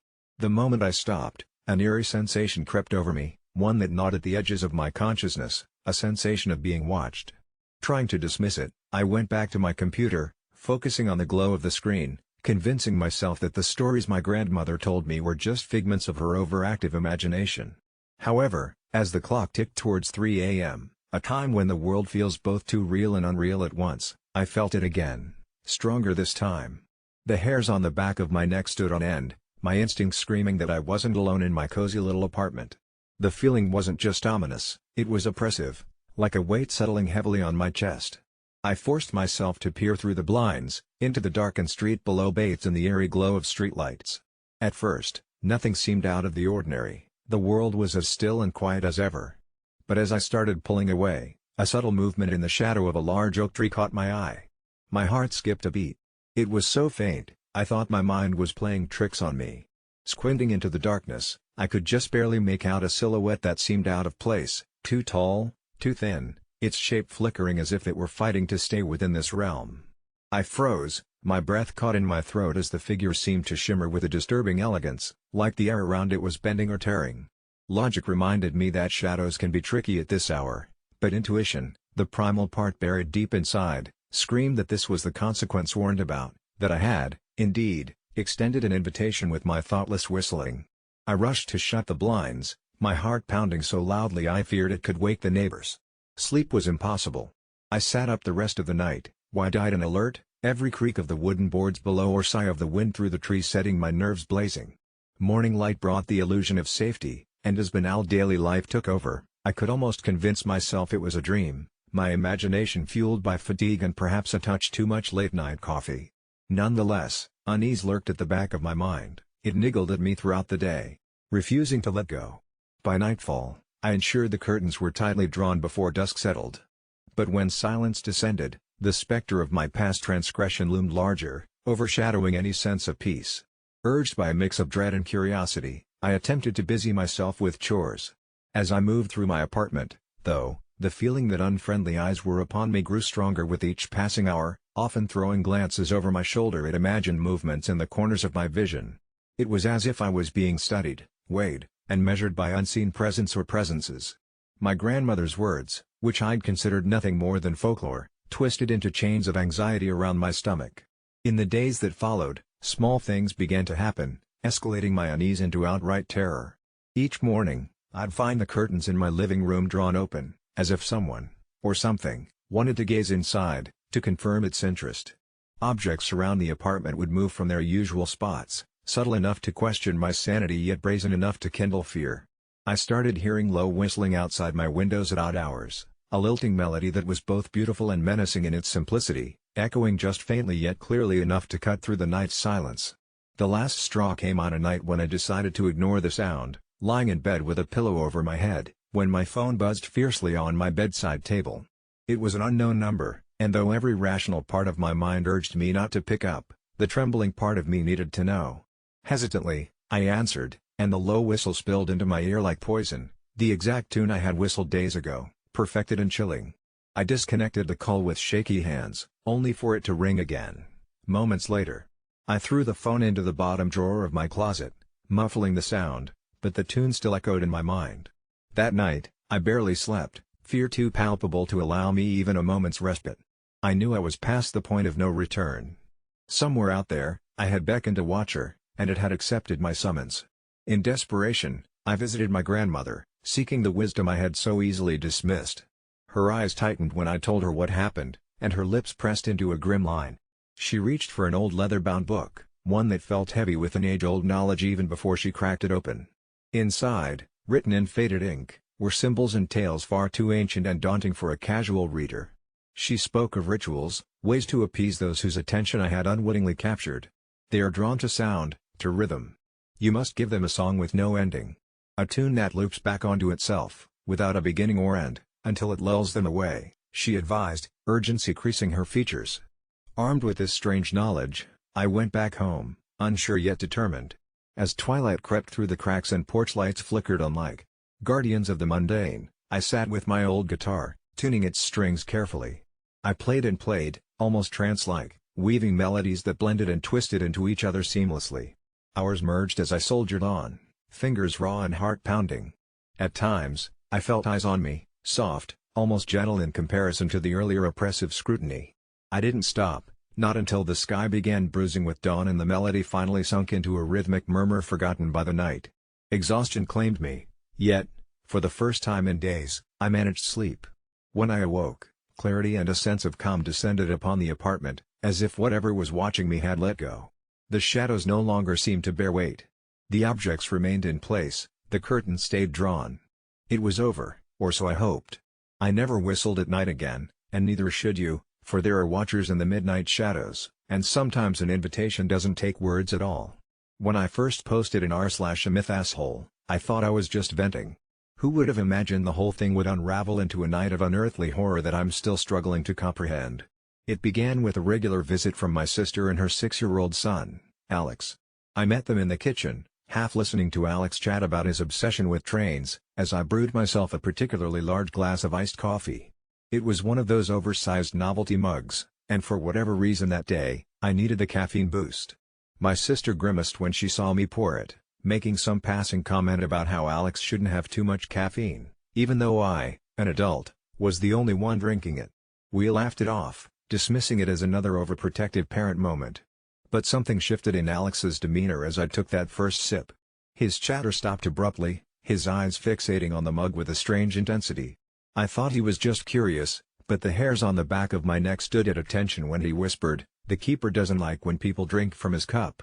Shivers ran down my spine, the air becoming inexplicably heavy and cold. "Keeper? What are you talking about, Alex?" I asked, trying to maintain a light tone. He looked up, eyes wide and sincere, stating, "He's the one who watches while we sleep." I laughed nervously, thinking it was just a child's imagination spinning tales. But the atmosphere grew eerily tense, the thin line between reality and imagination blurrier than I'd like. That afternoon, the incident slipped from my mind until later when I was alone, the skies outside darkening, encased in a silence that buzzed like static electricity. As I sat in the living room scrolling through my phone, I stumbled upon a post about ancient artifacts with cursed bindings and couldn't help but think of Alex's comment. The hairs on my arm stood again when the room's temperature dropped noticeably, and the lights flickered as though arguing with the electricity to stay on. Just then, a deep, resonating hum began to echo through the walls, almost like a low growl vibrating through the house's bones. I jumped to my feet, the mug forgotten next to my phone, when I noticed a shadowy figure at the periphery of my vision, near the kitchen doorway where the mug now sat innocently enough on the counter. Moving closer, I saw it, a figure that seemed to slither before solidifying into a distinct shape. It was tall, impossibly tall, and its presence loomed over the small confines of my kitchen as if the very dimensions of reality bent to accommodate its form. I blinked rapidly, hoping my eyes were playing tricks on me, but the shadow stood firm. For a heartbeat, everything was silent, even the hum had stopped, and the air seemed suspended in that impossible moment. The keeper, if that's what it was, stood there, its eyes, or what seemed like the absence of them, piercing through me, with a knowing gaze that felt ancient and hollow. "You're not supposed to drink from his cup," Alex's voice echoed distantly in my mind, his innocent expression a stark contrast to the malevolent energy now suffusing the room. I felt my grip on reality loosening as the shadow swirled into an intense vortex, the room spinning crazily around me, objects rattling and clattering off their perches.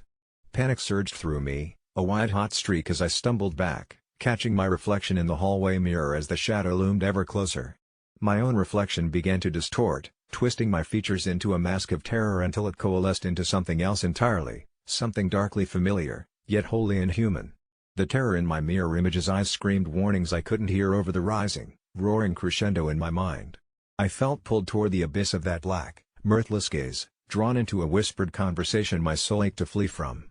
And then, just as suddenly as it began, the room fell silent, the shadow retracting and curling in on itself before disappearing into the depths of its own darkness. I was left gasping on the floor, the lights steady again, the air warm, deceptively normal. I glanced at the mug on the counter, the coffee half finished, knowing the mundane scene was a lie, a thin veil over the realms bleeding into my own reality. I don't know how long I sat there, but eventually, I gathered the courage to stand and poured the remaining coffee down the sink, my fingers shaking as they clutched the slippery handle. Every sound was now a dreaded footfall to me, each rustle an echo of the nightmare I was tethered to. Alex's words lingered in the air, effigies of a truth beyond childhood fantasy, proving I had crossed into a plane not meant for people like me, intruders where we didn't belong. That night, sleep was an elusive phantom, hovering just out of reach while shadows danced mockingly at the edges of my vision, whispering secrets they alone were privy to. I was now the one who watched, the one who vigilantly guarded against the dark encroachments unraveling at the boundary between worlds. When morning spilled its forgiving light, things were different, my coffee mug now missing, an absence that screamed loudly in the glaring sunlight. Did I misplace it, or had someone, taken it as a reminder of my transgressions? I posted a night seeking reassurance, desperate to ground myself in the reality I had chosen to ignore for far too long, hoping someone could tell me, reassure me, that it was all just caffeine-fueled paranoia. But deep down, I knew the truth, that by simply indulging in that large glass of coffee, I'd sipped from more than just a mug but had taken a forbidden draught from a well of secrets older than time itself, and now, the keeper watches, just as Alex warned.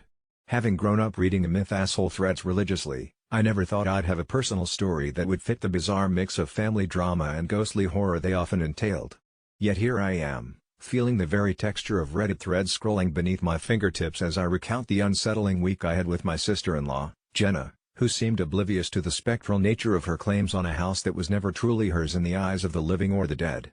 For context, our father-in-law, Gary, was an eccentric man known for his peculiar lifestyle choices, but if there was one thing he was clear about, it was that his small, cobblestone-laden property situated on the edge of a forgotten forest was to remain unclaimed until his departure being the word he specifically used instead of death.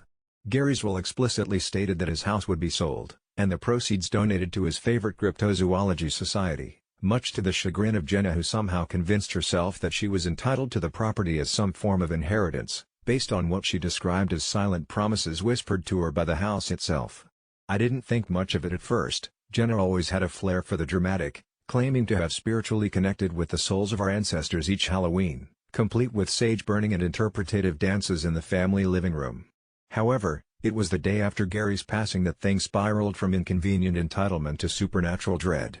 Jenna insisted on staying the night in the old house, determined to confront Gary's spirit and coax him into granting her claims, while we all thought she was simply grief-stricken and beyond rationality.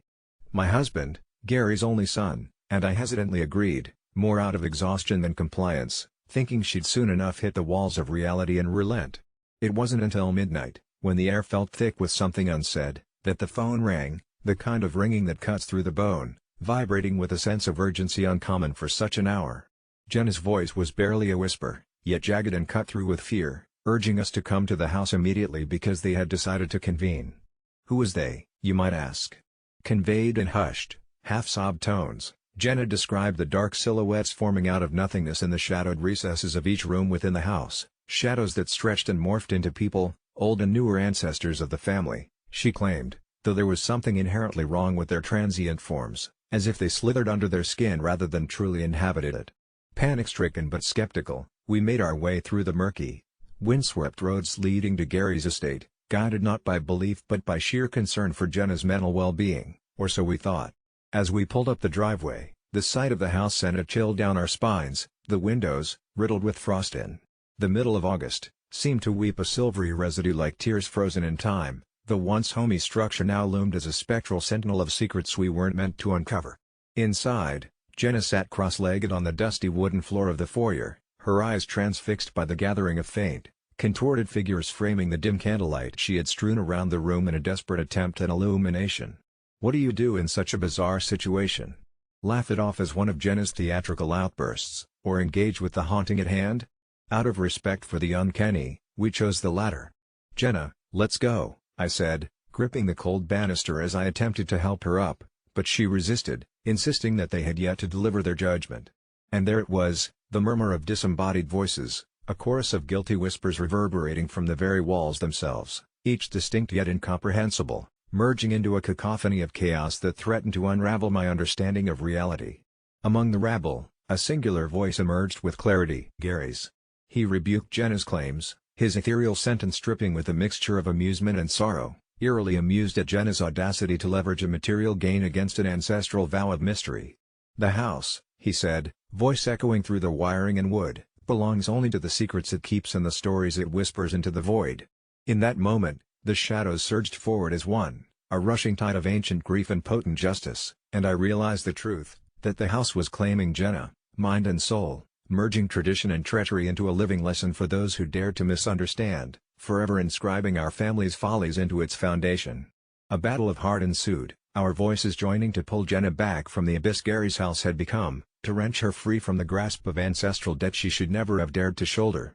With one desperate final pull, her eyes snapped open, cleared of the haunted haze, as she stumbled back to us, stunned, silent, and suddenly burdened with the realization of how narrowly she had skirted the edge of her own unraveling.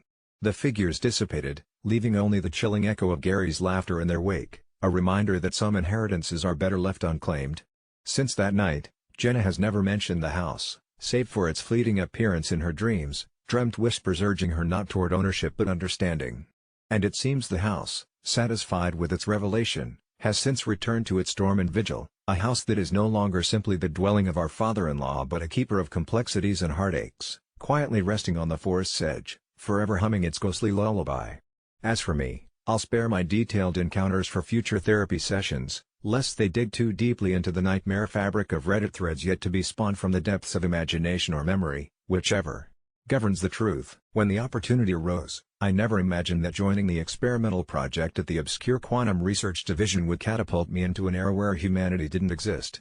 It started with a cryptic Craigslist ad, promising adventure beyond the imagination. Anything to escape my soul-deadening office job seemed worth the gamble. Little did I know that within weeks, I'd be the first test subject hurled back 66 million years to the Cretaceous period, standing bewildered and breathless in a world untainted by human hands. The first thing that struck me was the raw, untamed beauty of it all, the air so pure it almost hurt to breathe, the sky painted in shades I'd never seen in any dawn. But beauty quickly morphed into terror, as the guttural roar of a far-off carnivore reminded me how precarious my intrusion here was. Initially, the excitement overshadowed the danger until I felt the ground shake with each step of a Tyrannosaurus Rex. My heart threatened to escape my chest as I hid behind massive ferns, watching the beast tear through the underbrush in pursuit of unsuspecting prey. Days blurred into nights, a constant battle for survival, using the scant knowledge I had about the prehistoric world, eating berries that didn't poison me and sheltering beneath thick fronds or inside hollow logs like some primitive creature of yore. Communication with the lab was meant to be seamless, the sleek wristband they gave me supposed to keep data flowing back and forth. Yet, as the days turned jaggedly into a surreal nightmare, the creeping dread of absolute isolation set in. The device, which I initially dismissed as a glorified GPS, lay mute, leaving me alone in this ancient land far from home. Desperation leads one to peculiar acts. With tiny rations depleting rapidly, I stumbled upon a nest of eggs. They seemed a delicious godsend, but the sight of their mother, a territorial triceratops, made me reconsider my theft. Man versus beast in its rawest form, my superior intellectual faculties felt dwarfed by their sheer power and instinct. Every rustle in the foliage, every whisper of the wind, was pregnant with lurking threats. Strange things happened as the days stretched on. Odd weather patterns, eerie sounds at night, grating growls both foreign and terrifying, suspense hung heavy in the damp, heavy air. Dreams warped into nightmares where familiar faces gazed unblinkingly with prehistoric eyes. I began doubting whether time itself ran differently here. Perhaps eternity was descending, unspooling not in moments but in eons. One evening, amidst this primordial chaos, as a blood-red sunset bathed the landscape in an otherworldly glow, those dreams sharpened into something more terrifying. I found myself watching a spectral figure moving with surreal purpose through the open terrain. It didn't belong in this Cretaceous tableau, dressed in modern attire, a shimmering distortion as if a mirage. The figure, almost recognizably human, seemed to beckon, its eyes, twin voids of emptiness. I could no longer distinguish delusion from reality, loneliness gnawed at my sanity. Then, as abruptly as it began, the experiment ended, a flash of searing white light, a feeling of weightlessness followed by the jolt of my body crashing back into existence like a shipwrecked survivor breaching the surface after endless moments beneath the waves. I awoke on a stretcher, surrounded by white coats and sterile comforts, their voices a cacophony of relief and concern. Despite assurances that I was back, with my body intact, if significantly weathered by ordeal, my mind remained adrift somewhere vast and ancient. I didn't return alone. Not physically, there was no parasitic alien hitchhiker, no biosafety hazard. It was a shadow only I could perceive, lurking just out of sight, casting doubts, whispering in voices both sinister and familiar. The world had shifted during my absence, or maybe I had. My suburbia felt subtly wrong, a cosmic joke at my understanding of reality. The night was no longer a companion but a canvas of dread, sounds of distant, unknown creatures carried by the wind, and reflections in mirrors and still water gesturing towards something I couldn't bear to acknowledge. An internal tremor has taken root, a perpetual dissonance between here and there, now and then. To the world, I'm a survivor of a failed temporal voyage. To myself, I am forever a chimera, one foot snagged in history's deepest well. I realize now that time was more than the simple linear path we perceive. It was fluid, boundless, and I, in less optimistic moments, sometimes fear I never truly escaped. Each cycle of the moon feels less like the passage of days and more like the insidious countdown to another unintended departure, and with each glance at my reflection, I half expect to see those void-like eyes staring back, a visitor who will never leave. Alright, so you might be wondering if I'm the asshole for letting my son and his best friend go to Disneyland, but trust me, there's more to this story than meets the eye. It all started on a morning that felt just a little bit off, like when you notice the quiet hum of the refrigerator has stopped. My phone buzzed on the kitchen table. It was a message from my son, Luke. Can me and Tommy go to Disneyland this weekend? A simple enough question, and before I'd truly registered the odd feeling lingering in my gut, I replied with a thumbs up emoji. Luke hadn't been himself lately, ever since his father, my husband, Jeffrey, vanished without a trace 6 months ago. We'd called the police, had search parties scouring the woods, but it felt like he'd evaporated into thin air. Luke has been struggling to cope, and Tommy, his inseparable best friend since kindergarten, seemed to be his only source of comfort. They spent countless nights huddled up in the treehouse in our backyard, building fortresses out of old blankets and filling the air with whispers of heroic quests and mystical adventures. So, sending them off to the happiest place on earth seemed like a chance to restore some brightness in his life. It wasn't long after buying them the tickets that I noticed something peculiar. Tommy's parents never seemed to question the trip, never even mentioned packing or confirming the details, which was odd given how protective they were. Still, memories of happier days made me push those little oddities aside, focusing instead on how this might be a fresh start for Luke, a break from the shadows that had crept into our home. On the morning of their departure, as I loaded a suitcase into the trunk, Luke looked up at me with eyes that seemed too old for a 10-year-old. "Tommy says his dad will meet us at the gate," he said. I paused, a chill creeping up my spine. "Okay," was all I could muster, my voice betraying doubt that my mind was trying to suppress. We drove in silence until I dropped them off at the train station. Luke grabbed his backpack, his hand slipping from mine in a way that felt too final. "We'll be fine, Mom. We'll call you every day," he promised. I nodded, watching them disappear into the crowd. I returned home to a deafening silence, that odd feeling now an oppressive weight on my chest. By evening, dread gnawed at my stomach when no call came. I tried contacting Tommy's parents, but their line went straight to voicemail. Panic surged through me as night fell, and with it came the distinct creaking of the treehouse ladder. Heart pounding, I grabbed a flashlight and rushed out, my breath fogging the cold night air. The beam danced through the branches until it landed on a figure, one so out of place that my mind reeled back to disbelief. Standing in the light was an unfamiliar boy, no older than 10, holding something in his hand, a scrapbook. "Who are you?" I stammered, the words barely managing to escape through the lump in my throat. His eyes locked onto mine, and he slowly opened the book to a page filled with photos, Luke and Tommy, but also pictures that couldn't possibly exist, grinning images of them with the fatherly figure in Disneyland, a place they hadn't yet visited. "Run," the boy said softly, snapping the book shut with an eerie finality. I barely remember fleeing back to the house, doors locking behind me. My heart was a relentless drumbeat as I frantically searched for answers. The feeling of being watched became unbearable until a knock at the door broke the tension. I swung it open, irrational hope surging through me, hoping for Luke, for answers, something. But there stood Tommy's parents, their faces sullen and gray, as if all life had drained from them. "We got your message," Tommy's dad started, confusion buried beneath layers of fatigue. "Tommy's been missing for a year now. We never talked about any trip." His words hit me like a storm, forcing me to confront the impossible truth: Tommy wasn't real, at least not anymore. Horror paralyzed me as my mind pieced together fragments of ignored voices, imaginary friends, and a son drowning in grief. The laughter from the treehouse, the voices, they weren't shared. It had all been Luke. I dropped to the floor in a haze, murmuring my apologies to my son who wasn't there, and to a friend, a ghost of a friend, who was perhaps still watching over him, still trapped between here and wherever lost souls roamed. I filled a duffel bag with frenzied urgency and headed back to the treehouse, determined yet petrified, the creaking ladder becoming a siren's call. There, in the rustling branches, I found the scrapbook, pages fluttering in a breeze that smelled faintly of autumn leaves and distant dreams. As my fingers brushed the cover, I felt eyes upon me, compelling yet benign, reminding me that I wasn't alone in this journey of grief and recovery.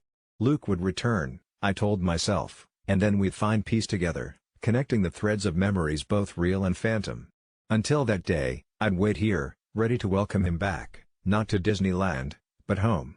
And long after the echo of their laughter had faded, I'd keep them alive, never letting go again, neither of him nor of the promise that somewhere, in the subtle dance between reality and the unseen, healing waited just beyond reach, whispering in the wind. It all started when my brother Kevin invited his girlfriend, Sarah, to stay with us for the weekend. I already had reservations about her. She always seemed too perfect, like she was hiding something beneath her meticulously managed facade. But Kevin was smitten, so I held my tongue. On the first night, Sarah offered to cook dinner. As she moved around the kitchen, everything seemed normal, but there was something off about her demeanor, a subtle tension in her voice. After dinner, she volunteered to clean up, insisting everyone else relax. An hour later, I wandered into the kitchen to grab a drink and found her speaking urgently into her phone, barely whispering. She stopped abruptly when she noticed me, flushing visibly before shifting into a clumsy small talk about dessert options. Nothing major, but my instincts were tingling. The following day, Kevin suggested a hike up the nearby trail. Sarah declined, citing a sudden headache, encouraging us to go ahead without her. Reluctant to leave a guest home alone, I decided to stay behind, claiming I needed to catch up on some work. I confess it was partly an excuse to observe her more closely, without intruding, just to satisfy my own cautious nature. An hour after the others left, I heard movement from the bathroom, then the distinct sound of the front door opening and closing quietly a few minutes later. Curiosity piqued, I peered out the window, seeing Sarah heading briskly toward the edge of our property, the direction leading to nothing but dense woods. It didn't sit right with me. I slipped on my shoes and grabbed my jacket, determined to find out what she was up to. Keeping a safe distance, I watched her disappear into the trees, my interest now morphed into concern. Was she meeting someone else? I trailed her cautiously, the crunch of leaves underfoot echoing ominously in the brisk air. In the depths of the woods, she finally stopped in a clearing where a small cabin stood isolated and worn down, something out of a horror movie set. She approached the cabin, knocked hesitantly on its weather-beaten door, and stepped inside without waiting for a response. I crept closer, heart pounding in my chest like a tribal drum as curiosity fought with a rising dread. Pressing my ear against the wooden wall, I could barely make out Sarah's voice through the dilapidated structure. It carried a kind of fervency I hadn't heard from her before. There was another voice too, deeper and definitely male, though I couldn't catch much of what was being said. Snippets of a heated conversation floated to me, words tinged with urgency and fear, phrases like "they can't find out," and "not stable" sent my imagination spiraling into dark possibilities. Who was she talking to? My mind raced over potential scenarios, each more twisted than the last. The dialogue suddenly became louder, crescendoing to a point where I picked up enough to understand that Sarah was involved in something dangerous. Something about a job gone wrong, someone being hidden. As she vehemently argued, I realized they were discussing Kevin. She was using him, deceiving him. My stomach turned with anger and disbelief. But before I could puzzle further, the conversation stopped abruptly. The cabin door swung open, and Sarah stormed out, her expression a volatile mix of fury and fear. I pressed back into the shadows, holding my breath as she paced blindly past me, her eyes unfocused and brimming with tears, murmuring something under her breath that sounded like a vow. Once she was gone, the cabin's occupant emerged, a rugged man with a sinister air around him, scanning the surroundings as though sensing a presence, or perhaps just wary of being followed. I remained hidden, anxiety bubbling within as he lit a cigarette and retreated back inside. As silence reclaimed the woods, I knew I had to return, but I couldn't shake the dark chill that now clung to me like a second skin. Back in the house, Sarah seemed composed, her headache miraculously vanished, engaging Kevin with tales of her day spent binge-watching a new series. I sat quietly, my mind in turmoil, wondering when and how I should break what I discovered. As night descended, I checked the front door twice, suspiciously vigilant, and barricaded myself in my room. Sleep eluded me, replaying her words, the cabin, the man, over and over until dawn. In the morning, I decided to confront her, cornering her while Kevin showered, but she preempted me with a shocking calmness. "I know what you think you saw," she began, her voice low and measured, "but there are things you can understand, things better left alone." Her eyes bore into mine with an unsettling clarity that chilled me to the core. I realized then she wouldn't just let me turn my back on her secrets, she had already calculated the risks and maneuvered closer into our lives. Her tone shifted, now almost pleading as she spun a tale of necessity and blackmail, painting herself a reluctant participant in whatever malevolent drama the cabin housed. "You can't say anything," she implored, "for Kevin's sake." The grip of uncertainty tightened around my resolve. I knew Sarah was far from innocent, but now it seemed that punishing her would also ripple into my brother's life, dragging him into chaos. Retreating back to my room, I mulled over what to do, doubt gnawing like a relentless parasite. And that's how I find myself here, tossing my story into the void of the internet, seeking advice from nameless strangers, haunted by the question, am I the asshole for walking the tightrope of family loyalty and moral duty, knowing that whatever step I take will unravel a tapestry of lies, or let my brother sink further into deception? When I was 10, the summer stretched out like an endless horizon, promising adventure with the dust of childhood haste on roads where cars seldom passed.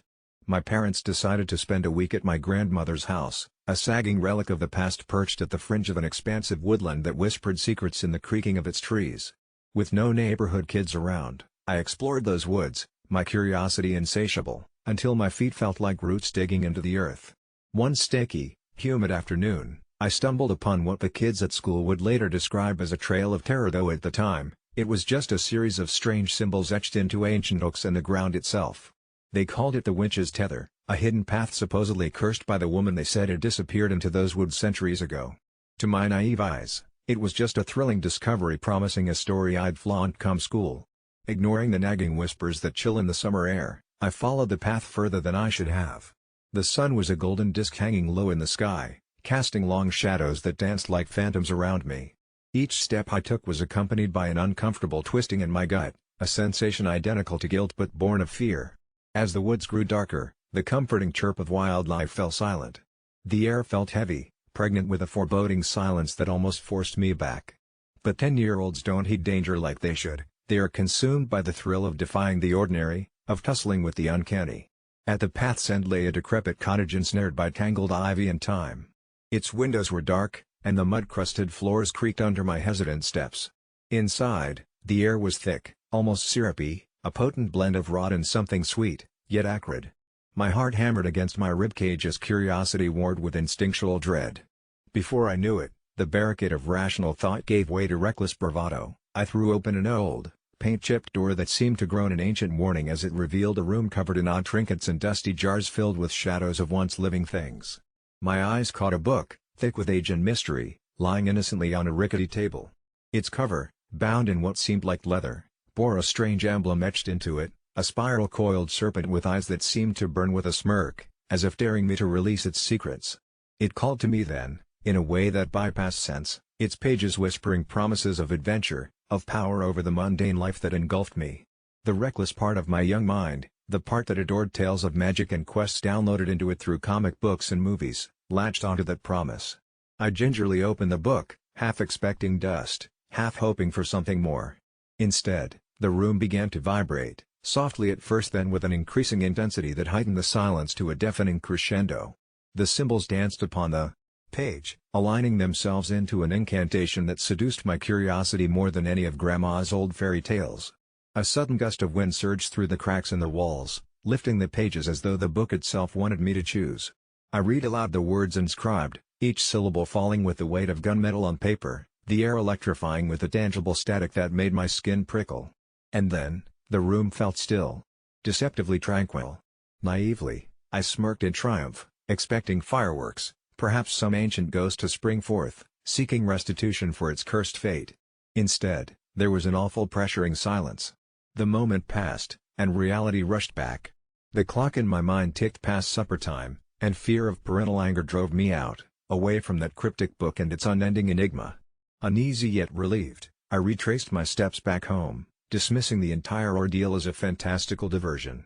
But the echo of what I unleashed took root in those woods. That evening, I tossed in bed, haunted not by the task I'd completed, but by the horrific shadows that danced at my periphery. The darkness within the forest felt different, more alive, and as I finally gave in to sleep, they seeped into my dreams. A voice called to me, soft and sinister, telling tales of solitude and vengeance. My slumber shriveled beneath the weight of its narrative until the frosty embrace of dawn finally freed me. With every following day, an eerie unease permeated the air around Grandma's place. Wild animals went missing, entangled in events that eluded sane explanation, folks whispered. Some even claimed to see a figure at the forest's edge, a young girl wearing time-forgotten clothes, her eyes void yet glowing with an ethereal incandescence. As if called by an unseen magnet, I found myself drawn to her. Her presence felt familiar, marked by the resonant imprint of the path I'd opened and traversed. By week's end, my parents packed up and I left. Hopes of ever returning to Grandma's seemed as remote as the moon. But even after we returned home, a lingering chill hung over me, creeping like the shadows themselves. At night, I'd hear whispers, incoherent at first, but gradually coalescing into words of confession and lament. It followed me, wrapping around my life like the ever-present coils of the serpent on that book, weaving chaos into the mundane. At school, tales of my summer escapades spread, but for some reason, I never dared share the truth. No one would believe the reality of nightmares that still gnawed at my hollow core truths. And as years turned, a cruel irony surfaced, stories told of unfortunate tragedies unfurling around Grandma's old neighborhood. A wildfire decimated a portion of the woods, supposedly ignited by a lightning strike, though the blaze bore scorch marks like the spiraling serpent that haunted my youth. Now an adult, with the hindsight clarity age so bitterly bestows, I live, compelled by a twisted determination to return, to correct the dread released. I delve into texts echoing that book's binding, desperate to close the chapter. My sleep remains fragmented, populated by visions of sad eyes and whispered hopes unfulfilled. Each morning, they remain just on the cusp of recall, melting into the sunrise. But the tether I forged tugs relentlessly, and the chill in my spine is incandescent with urgency, an homage to the specter of a child who once traced the lines of an ancient curse, leaving it unfinished. And every return to that place, every visit I make, serve as a reminder of a 10-year-old's encounter with the occult's sinister embrace, a proof that when you call to the darkness, it answers with abandon and its echoes never truly fade. The first time I realized something was wrong was when Lucy's report card was replaced with a note that read, "Ask Donna." Donna Blake, my ex-wife, and I had been divorced for 3 years, and though it was contentious, we managed to stay reasonably civil for the sake of our daughter, Ellie. However, I had full custody, and Donna was supposed to be kept updated through emails about Ellie's school activities, a setup decided upon by the court. Despite our differences, I religiously hit the send button each month, updating her about parent-teacher meetings, Lucy's progress, extracurricular activities, and anything I thought a mother might want to know. But that note intrigued me. Ask Donna? Ask her what? It became clear to me I missed something crucial when, during a routine call with Mrs. Callahan, Ellie's teacher, she made an odd remark about how organized and helpful Donna had been at the PTA meeting. It was unsettling since Donna had made it clear long ago that she had no interest in participating in school functions after the divorce. I knew Mrs. Callahan liked to chat, innocuously enough, but she detailed how Donna was planning to change things for Ellie, getting her more involved in activities like drama club and the upcoming science fair. The way she talked about it made it sound cooperative, like they had discussed it in person. This Donna was not the woman I'd known, a woman who had filed for separation precisely because she wanted less involvement, not more. Feeling a prickling chill at the back of my neck, I tried to convince myself inanity guided these actions. Maybe Donna was turning a new leaf, rediscovering her maternal instincts. I half expected an email or a message from her explaining her sudden engagement, but there was nothing. Silence. With growing unease brewing in me, I decided to say nothing to Ellie, protecting her from potential friction if it was nothing more than an innocent misunderstanding. Still, my instincts told me to dig deeper, a decision I might forever regret. It wasn't long before I realized other things were amiss. The school photographers could not recall seeing Ellie despite her picture-perfect smile posted everywhere around the school. Then, notes started coming home to Ellie, handwritten ones without any official header, sharing information about events I knew nothing about. One day, Ellie clutched a strange assignment sheet about a field trip to a place I never knew existed, and Hanley's underlined rough red ink bubble letters urging her participation. The most unsettling part was that each note ended with a reminder clearly penned that Mom wanted it for her. Then there was the night of the culmination. I had tucked Ellie in with the usual bedtime story. Her gentle breathing hinted at sleep when she muttered in that half-awake state of dreams how the other mommy had a garden party for fairies in her backyard lined with candles. She spoke about this backyard with vivid familiarity, evoking images of an entirely different place where everything was beautiful and bright. As if under a spell, she drifted back into sleep, blissfully unaware of the things she stirred within me. Filled with a sense of urgency, I confided in a friend who worked at the police station, Jared. He raised an eyebrow, asked for details, listened carefully, and then tasked me with a peculiar piece of advice. "Check out this other mom," he said. "Make sure it's not her sister or friends she's meeting." Following Jared's advice, I started to shadow Ellie's movements from school to home without letting her know, catching glimpses of this other life she might be leading. On a particularly chilly afternoon, just as the sun's woeful return to darkness commenced, I saw it, a shadow, long and thin, following Ellie. I approached her quickly but stayed hidden enough. The figure seemed oddly acquainted with her and led her toward a bus stop at the far end of the street. I watched in frozen horror as Ellie climbed onto the bus full of people while the shadow lingered until the bus metallic hiss receded into town. Clenching a hastily taken photo of this enigma, I turned to Jared, showing him the disquieting evidence. Reassuringly, still skeptical, he offered to check the bus routes and schedules. Meanwhile, the world around me coldly continued to revolve. Ellie's school called me repeatedly over her absence from choir practice and potential exclusion from the talent show. Every complaint bore a familiarity tainting the professional expression, "It's all arranged with the other parent," they said. I bitterly protested, having realized these arrangements shackled me as if colluding to wrest control away from me. Days later, Jared returned with dire news. After much coercive backtracking, CCTV footage from buses confirmed my worst fear: the stranger was masquerading as Donna. Not just visually similar but repeatedly documented in different attire, sometimes as herself, sometimes adopting outfits mimicking Donna's elegance. Jared's solemn tone warned me that I needed to speak to the real Donna, no matter our differences. Reaching Donna through clenched breaths and explaining everything brought forth her disbelief and anger. I suspected she would accuse me of negligence or concocting stories, yet her reaction was eerily calm. I never even stepped foot in Ellie's school. "It's complicated," she said. Her voice cracked from disbelief or fear, unlike her usual irritation-induced tirades. Something seemed beyond avoidance, her behavior bordered on the matrix of denial. Taking my hands, she pleaded for immediate involvement, offering to help expose the charade surrounding Ellie, a haunting, as she cringed at her own word selection. We formed a temporary truce, each driven by the desire to pull Lucy away from whatever dubious influence held her. The subsequent day proved taxing. Gathering evidence, we stormed the school together, demanding access to records of this other mom cited so often.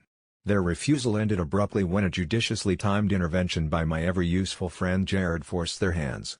The truth unspooled faster than anticipated as we pieced the puzzle together. Donna's sister, Emmy, who shared Donna's semblance but darker intent, assumed her identity for reasons still untold.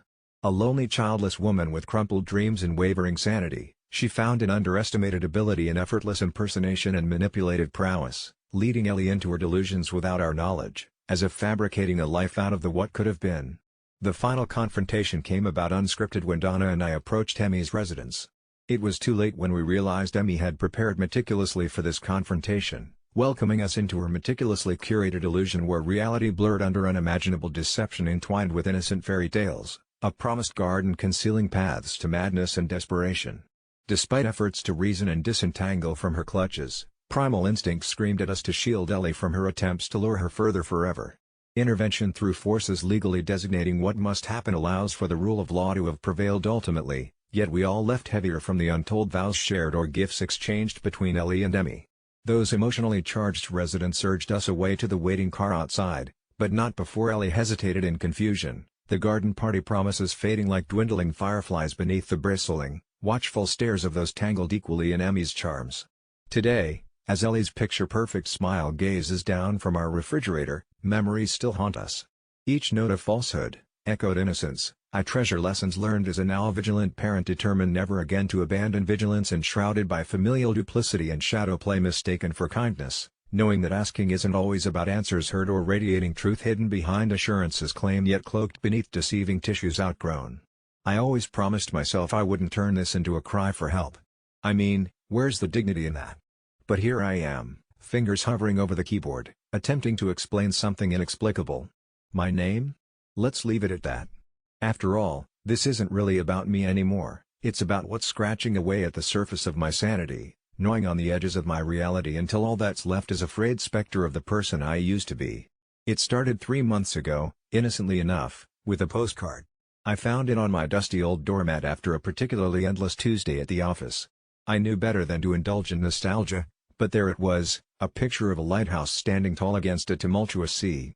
On the back, in looping, elegant script, it simply read, "Remember." Just that. Nothing more. At first, I laughed it off. A prank, surely. Somebody was just getting in my head, trying to make me chase shadows. But that one-word message gnawed at me in the night when sleep felt like an old photograph, something I could see in my mind but couldn't actually grasp. I checked the postmark, something I wasn't inclined to usually do.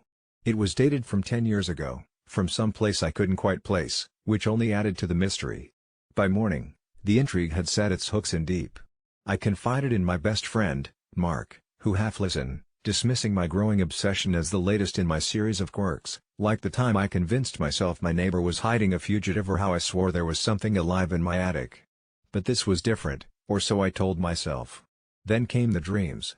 Dreams of a churning sea, relentless and indifferent, and that same lighthouse blurring across the horizon like a distant watchtower. In these dreams, I felt eyes on me, patient, calm, and knowing.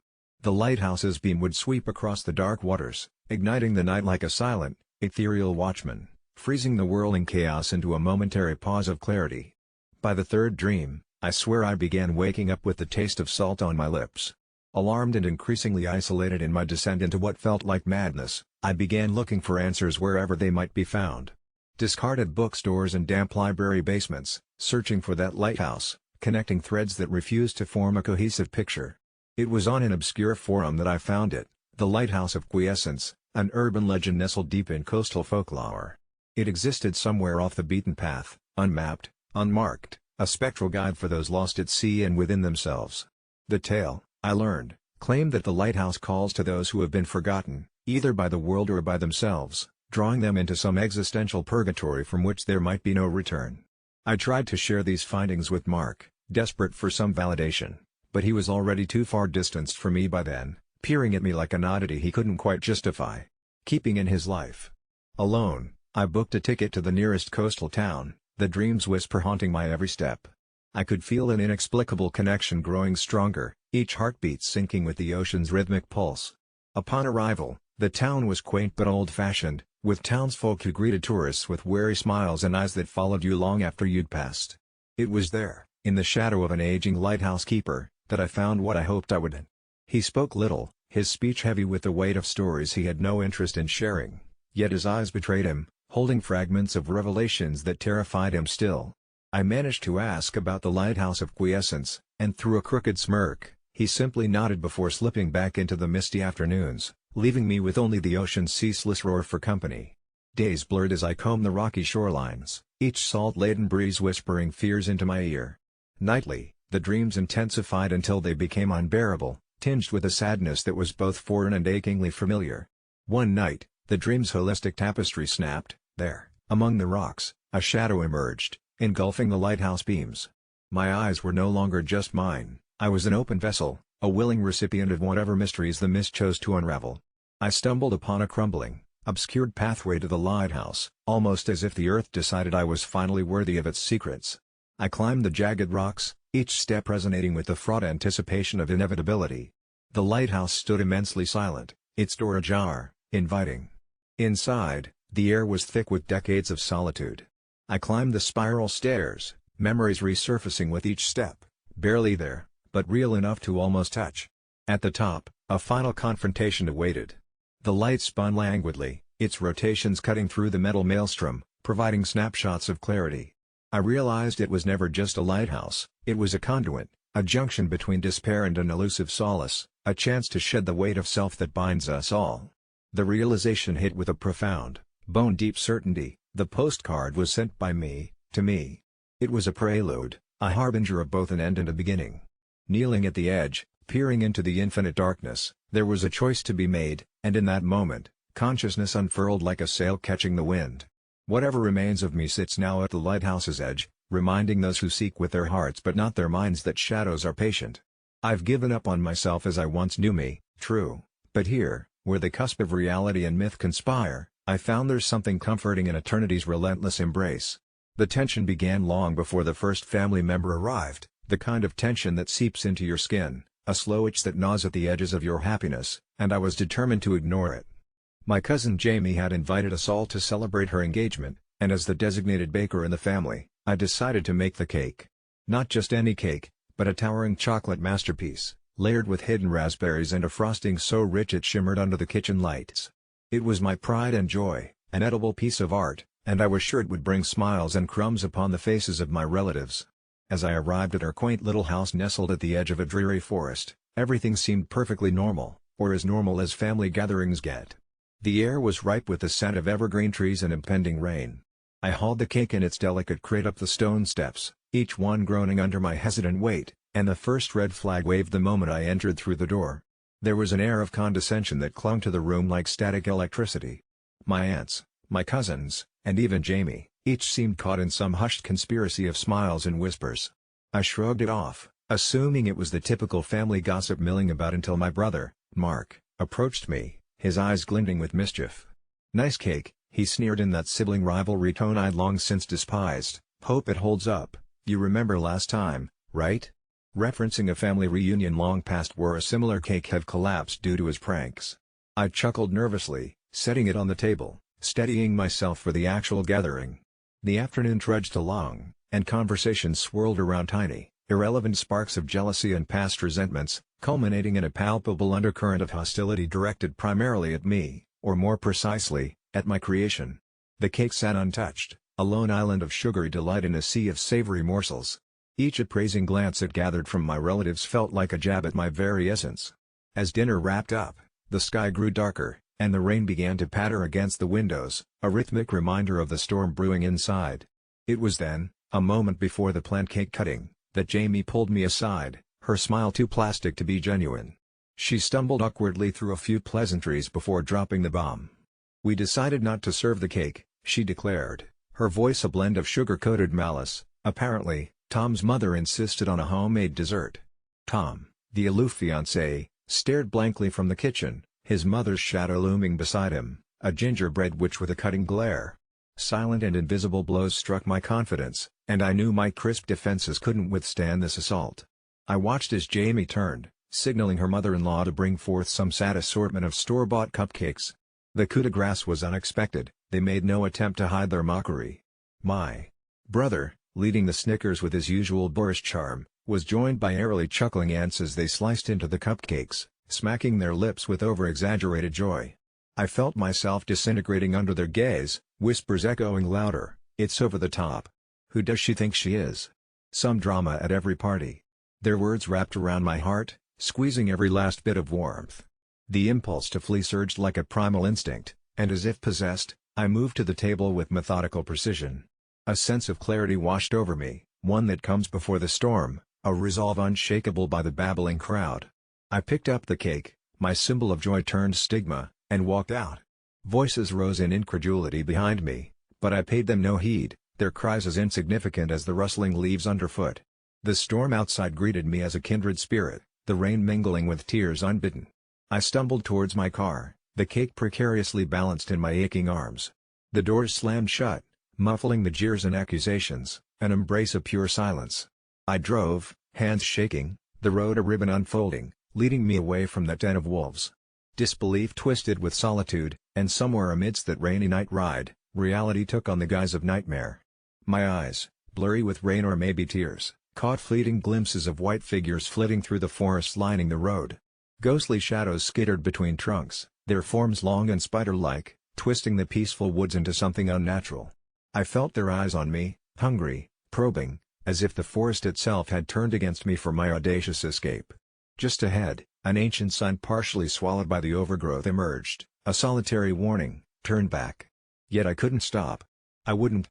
I had left the gathering with more than just a cake, I had unearthed something deeper, something more sinister hidden among my family. What if this was the price? To always carry the peculiar isolation, never completely belonging? As the car grumbled down the winding path, I realized the forest seemed alive with whispers, each droplet of rain tapping out a melody only I could hear. The figures drew closer, their forms gaining mass and purpose. They beckoned. I pressed harder on the gas, a feeble attempt to escape both my past and the peculiar darkness lapping at my heels. At last, the road opened, surrendering its grasp to the quaint outline of a gas station drenched in the glow of gaslight. It stood alone, an isolated pocket of reality, offering an unfamiliar relief. Pulling into its lot, I breathed deeply, clutching the cake as if it were an anchor. Inside the dimly lit restroom, I removed the box's lid. The masterpiece remained untarnished, a reflection of resilience. I marveled at it amidst the tiles and the fluorescent hum.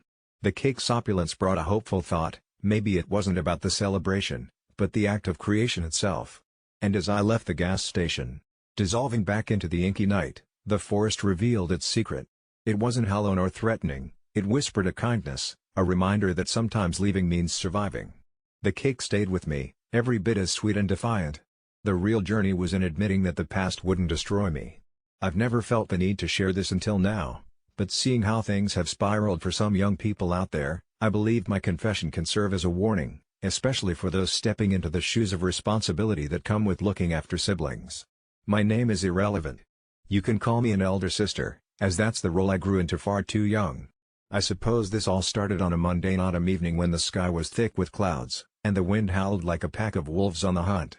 My parents had left me in charge of my little brother, Sam, who was only 6 at the time. They went to visit my aunt who suddenly fell ill, leaving me with strict instructions, under no circumstances were we to leave the house. Quite simple, right? But there's nothing simple about being home alone with a child who has an affinity for adventures. At first, everything went as expected. Cartoon channels and chocolate chip cookies kept him busy while I basked in the electric glow of my phone, scrolling through trivial memes. Things began to change when the power flickered and died, plunging us into an abyss of blackness. I tried to stay calm, fetching the flashlight my dad kept in the closet. Sam was restless, clinging to my leg, his small face scrunched up in fear. I don't know what possessed me to entertain his wishes, but when he insisted we play hide and seek, I acquiesced, thinking it was a game that would put his mind at ease, and perhaps my own.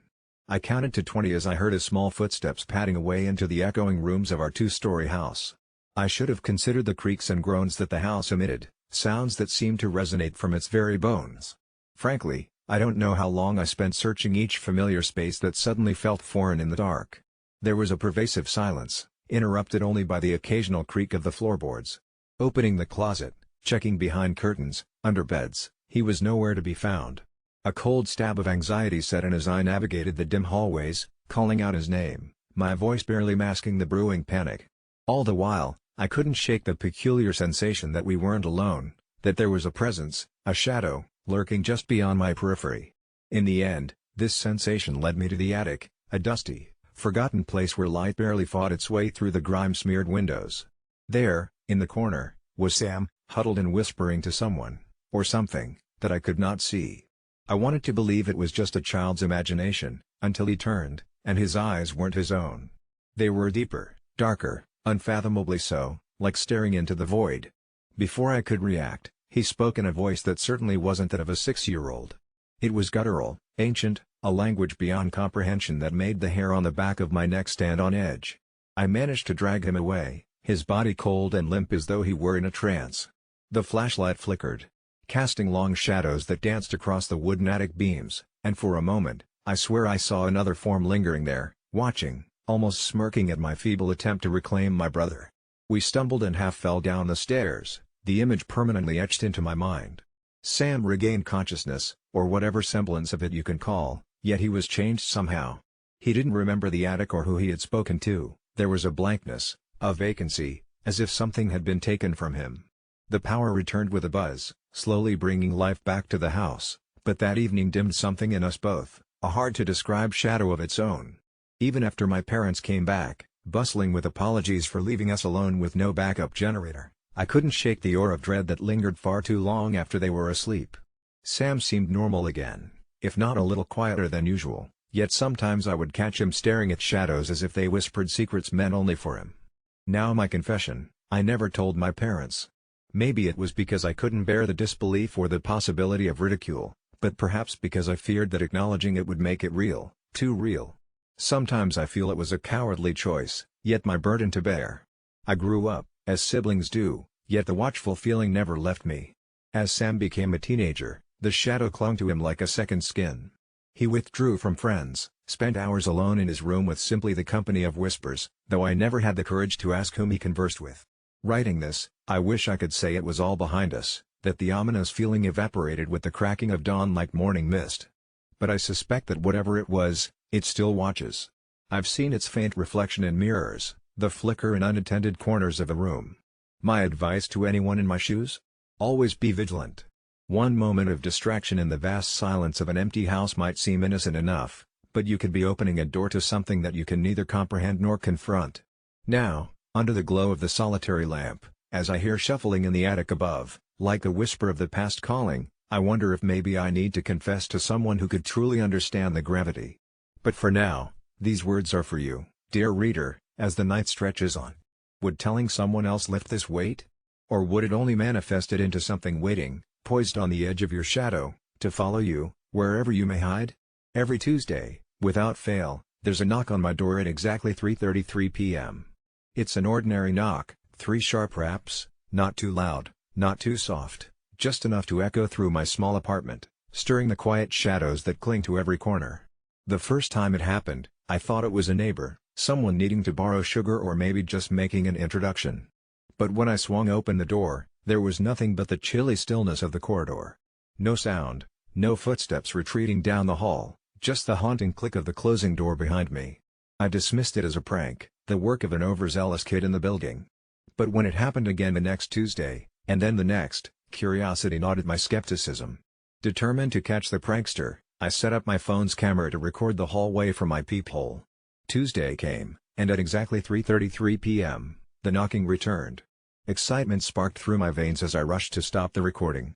But when I played it back, my blood ran cold. The screen was filled with static, a dizzying chaos of black and white noise, the hallway completely obscured. My rational mind struggled to explain it, but the unease in my gut wouldn't be silenced. The weeks turned into a pattern, and each Tuesday, the knocks grew louder, more insistent, like an urgency compelling me to action. It became an obsession, and I spent hours devising new plans to catch whatever or whoever was out there. I borrowed books from the library about spirits, apparitions, anything that might hint at the supernatural. Still, they offered little comfort, their pages bleached with speculation and myth, nothing concrete, nothing that could explain the menacing knocks echoing through my life. I tried talking to my neighbors, subtly inquiring if anyone else had heard or seen anything strange, but they only gave me polite smiles and dismissals, leaving me feeling like a madman chasing ghosts in the shadows. On the 10th Tuesday, things changed. The knocks stopped abruptly, silence descending like a thick blanket over my senses. But just as I began to breathe a sigh of relief, the doorknob started to turn, the metal shrieking as if in protest. My heart hammered in my chest, the tingling fear a relentless drumbeat against my ribs. I grabbed a broom, the closest thing to a weapon within reach, and held my breath, armed and ready to confront whatever lay on the other side of the door. With a burst of courage, I yanked the door open, broom poised to strike, but yet again, I was met with emptiness, the leering emptiness of the hallway, stretching out in both directions like an infinite void. It's him. The thought chilled me to my core, and I could feel the shadows wrap tighter around me. I considered moving, escaping the oppressive weight of the Tuesdays that loomed ever closer, but something deeper, an aggravatingly stubborn part of my psyche, insisted that I unravel the mystery. I had to know. The following week, as 3:33 p.m. ticked closer, I prepared myself, armed with nothing more than willpower and fear. I sat by the door, listening intently. When the knocks came, they were different. There was an echo of sadness, an unspoken plea tangled within the rhythm. Against my better judgment, I whispered aloud the question that had lodged itself in my throat. "What do you want?" Silence followed, but the air felt heavier, denser, wrapping itself around me like a tangible presence. Then, just as I felt I might suffocate under its weight, a whisper cut through the stillness, chilling my spine. "Help me." The words seemed to vibrate through the wood of the door, tinging the air with despair and urgency. I knew then that this presence, this unseen visitor, wasn't a threat occupied with malevolence, but rather, it sought relief from something I couldn't begin to fathom. Driven by an impulse to understand, I began leaving messages near the door, scraps of paper, asking questions, silently begging for clarity. Days blurred into weeks as I solicited responses scrawled in desperation. Yet each paper lay untouched, a blank slate, until one Tuesday, when I found a single word scribbled in a shaky hand: lost. It haunted me, the notion of something, someone, lost between worlds, lingering in the corridors of my reality, yearning for a conclusion, a release. I immersed myself deeper into research, growing more isolated in my obsession. The pages of books whispered secrets and posited theories about portals and dimensions, bridges between worlds maintained by unfinished business. Then, I pieced it together. It dawned on me that the spirit had been seeking not just help, but someone who could listen, or perhaps someone worthy of trust to fulfill an unvoiced plight. Armed with newfound insight, I committed to helping the entity find peace. My perception altered. I began focusing on the messages I left behind, urging them to communicate more freely, promising to aid them in whatever they needed. My dedication was finally rewarded one Tuesday when I found a line of cryptic numbers and words, scattered across the paper like puzzle pieces.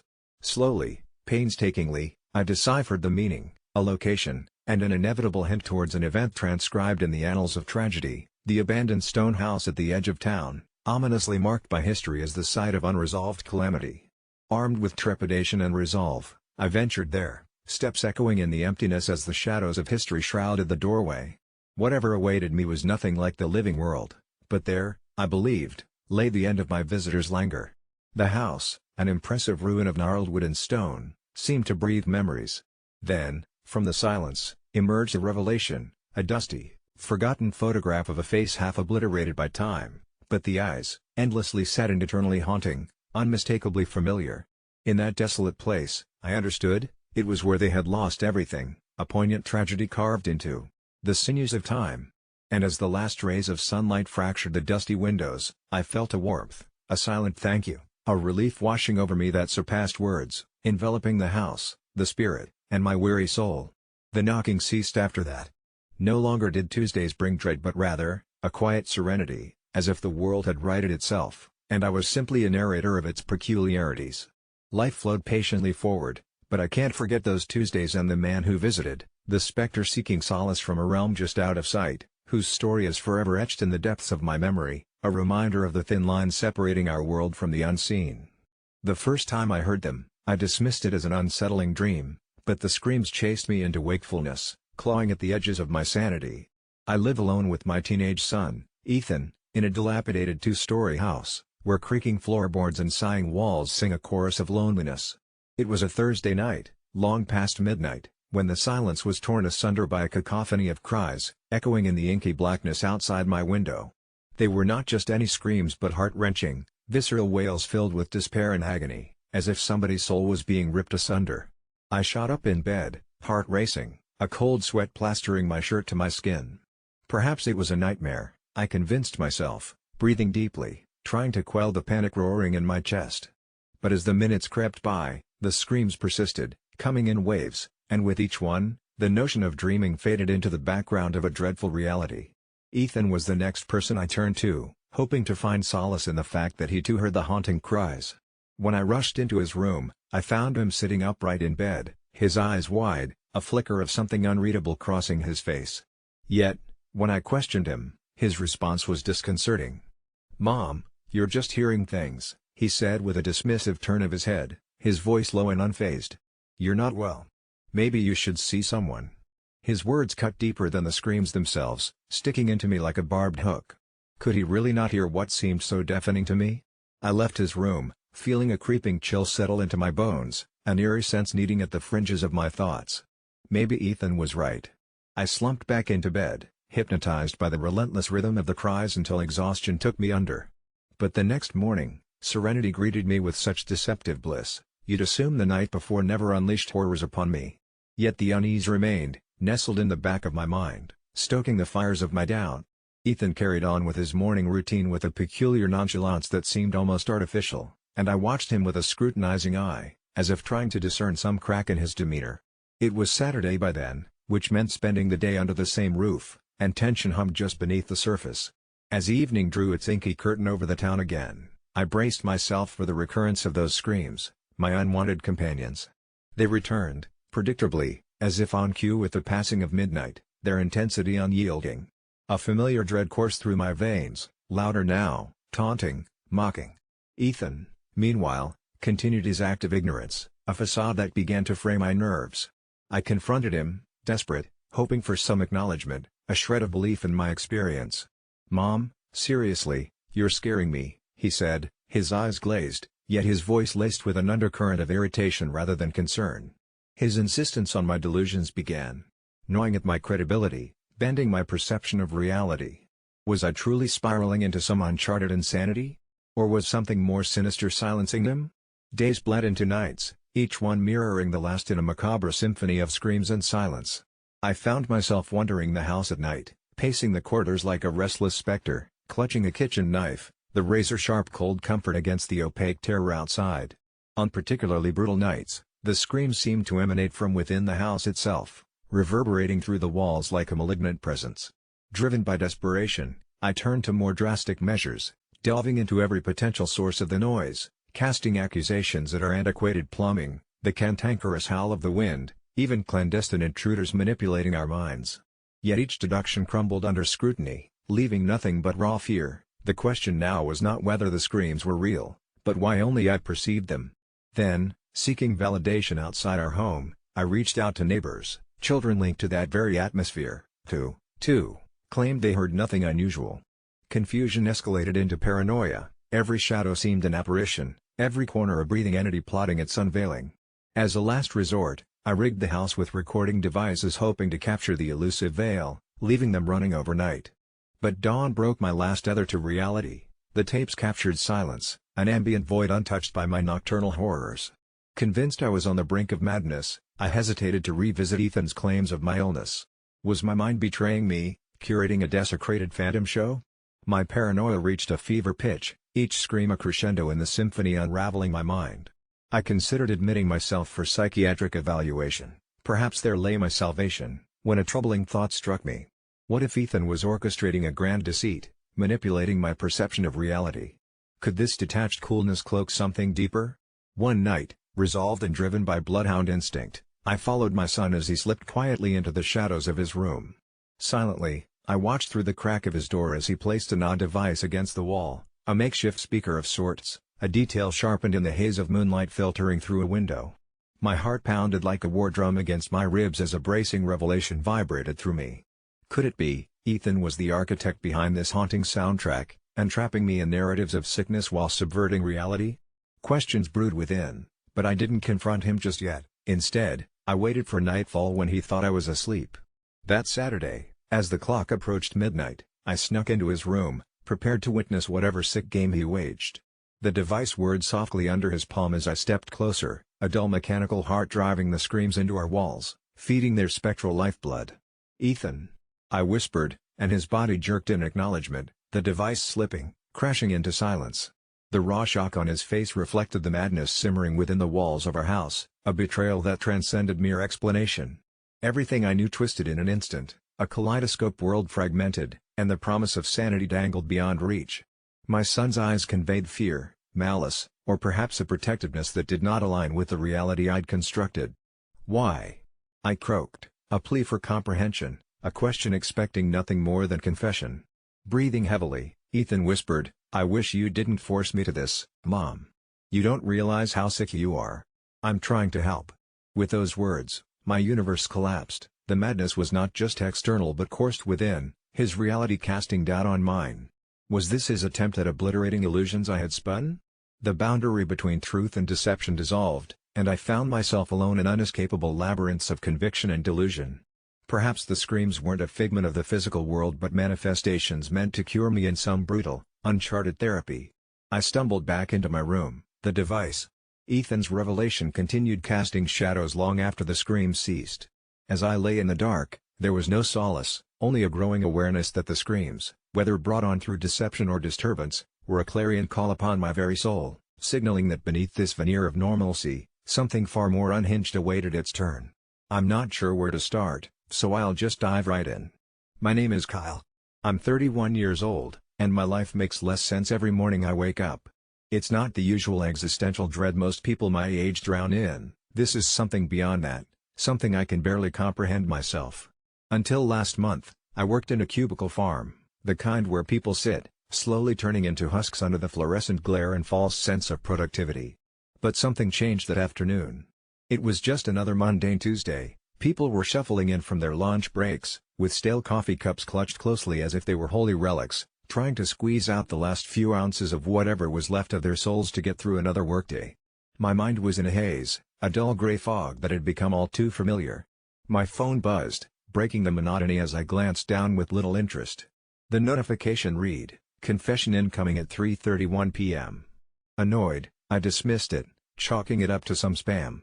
But then, the same notification persisted every half minute, only this time, the text changed slightly. "Confession, Kyle, open the door at 3:31 p.m. It was unnerving, the specificity of it, yet my curiosity was piqued despite the knot of anxiety tightening in my stomach. Time crawled by, as I watched the clock's hands twitch towards 3:31 p.m. Exactly at that second, a loud knock came from the office door, odd since visitors weren't allowed without appointments. People seemed oblivious, noses buried in screens, drones only concerned with their own grind. With bated breath I got up, drawn by an inexplicable urge to answer it. I turned the knob slowly, feeling as if I was on the brink of unveiling some grand, uncanny truth behind reality. The door swung open onto a hallway I'd never seen before, definitely not the stale corridor of my office floor. It was drenched in shadow, yet distinctly alive, humming with an unseen energy that made the hairs on my flesh stand on end. And that's when I saw it, a reflection of myself staring back at me from a pool of dark water seeping from between the ancient stone tiles. But this figure was disheveled, hollow-cheeked with darkness pooling beneath its eyes, and it was whispering something in a cadence I couldn't comprehend, yet instinctively knew was meant for me. In those murmurings, I heard fragments of a life not entirely my own, parents who tightened their reins too hard, the pressure to exceed in everything but the crumbling under the weight of their expectations, visions of late nights under a single lamp, poring over books that held no answers, a series of lonely weekends where the silence pressed in like a tangible force. My reflection then did the unthinkable, it blinked, and as its eyes opened, they were clear with a resolution I didn't possess. I was transfixed, caught completely out of time and place, wondering if this was some twisted Halloween prank pulled by a miserable co-worker. The reflection spoke, coldly, yet with a familiarity that gnawed at my insides. "Kyle, you're not alone in this confession. But you must see the truth of yourself before it's too late." Without realizing, I was in the hallway. The office behind me vanished. I arrived at a crossroads, with a hallway stretching infinitely on either side, lined with countless doors almost identical in every way. The only sound was a soft patter, like distant rain, drawing nearer. The shadows grew deeper, swallowing the ends of the hallway like some creeping abyss. A weight settled over me, too stifling to ignore.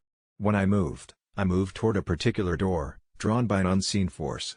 This door bore a nameplate: Kyle Jennings, my name, and beneath it, the words that have haunted me ever since: eternal confession. Something inside commanded me to turn away, but my hand steadied itself against the knob, mind clouded with unresolved memories and the message my doppelganger imparted me. I pushed it open and instantly felt a vortex of memory surge through. I was there, standing acutely aware of replications of pivotal moments where I could almost feel my past selves making the same mistakes. Down another hallway, and another, each door marked with phases of my life: birthdays forgotten, friendships neglected, dreams unfulfilled. Where time curved in on itself, I saw the specters of those I wronged. Haunting eyes burned into mine as if asking for justification I didn't possess. Cold realization washed over me, rapidly expanding into a deafening roar of self-confrontation. All the blame, regret, the oppressive weight of expectations, and the inevitable isolation of my ego. I was trapped, alongside phantoms equally lost to their confessions. I had unwittingly stumbled into a limbo of contrition, every door a confessional unto itself. This wasn't just for me, it was an interstice where those who had reached their breaking point chose to pause, caught between moving on and confessing their truths. Panic rose, clawing at my throat, but deep within, a strange sense of belonging also fluttered, a mirror of acknowledgement. Here was a quaint space crafted from exponential despair, yet weirdly comforting, a testament that I was not alone in my solitude.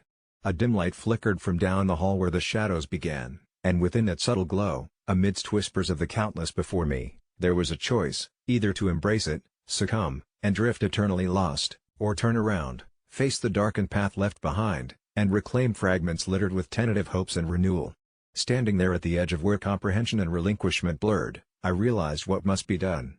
It wasn't about finding the point in going on, perhaps it was about living with the uncertainty, finding meaning in the echoes even when they were veiled. The path didn't have to be clear, but it had to be traversed. I took one backward glance into the depths of missed confessions before striding purposefully back, embracing each silent step forward. If this place could exist, then perhaps I could write my own confession on a blank page, not bound by echoes but by the authentic desire to strive onwards despite the fog. Maybe, just maybe, that's where I might begin to see my point. I always hated going to family gatherings at my parents' house because of my older brother, Mark. He had this knack for picking apart every flaw and emotional moment I ever had, a habit that stemmed back to when we were kids. Our last family dinner turned particularly sinister and has left me questioning whether I was right or wrong in finally snapping. It was meant to be a small, quiet evening watching a movie with our family and some friends of Mark, who had recently returned home after his abrupt breakup with his fiancée, a woman so sweet it seemed impossible she had ever seen a bad day. We were halfway through a horror flick when a particularly emotional scene came on, hitting too close to home for reasons I hadn't quite prepared myself to confront that night. My eyes welled up, and I tried my best to discreetly wipe the tears away. That's when Mark, sitting across the room with a self-satisfied smirk plastered across his face, decided to pipe up in front of everyone. "Oh look, here comes the waterworks. You still cry like a toddler, huh? Man up, won't you?" His words cut through the room sharper than the knife we had just seen on screen, and the laughter that followed from his friends was like a chorus of taunting ghosts echoing through the shadowed spaces of my mind. I felt my stomach coil like a snake ready to strike, embarrassment roiling into anger, and before I knew it, my voice was slicing back across the room, louder and more intense than I'd meant it to be.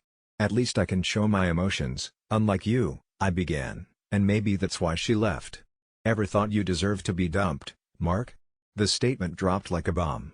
Silence fell over us, thick and suffocating. My parents froze, tension straining their polite smiles into grimaces, and Mark's friends looked anywhere but at him or me.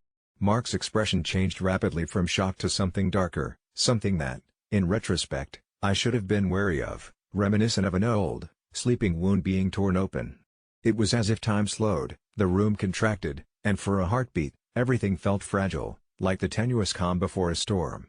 Mark stood up abruptly, his chair groaning across the wooden floor, and the air itself seemed to swell with an imminent threat I couldn't place.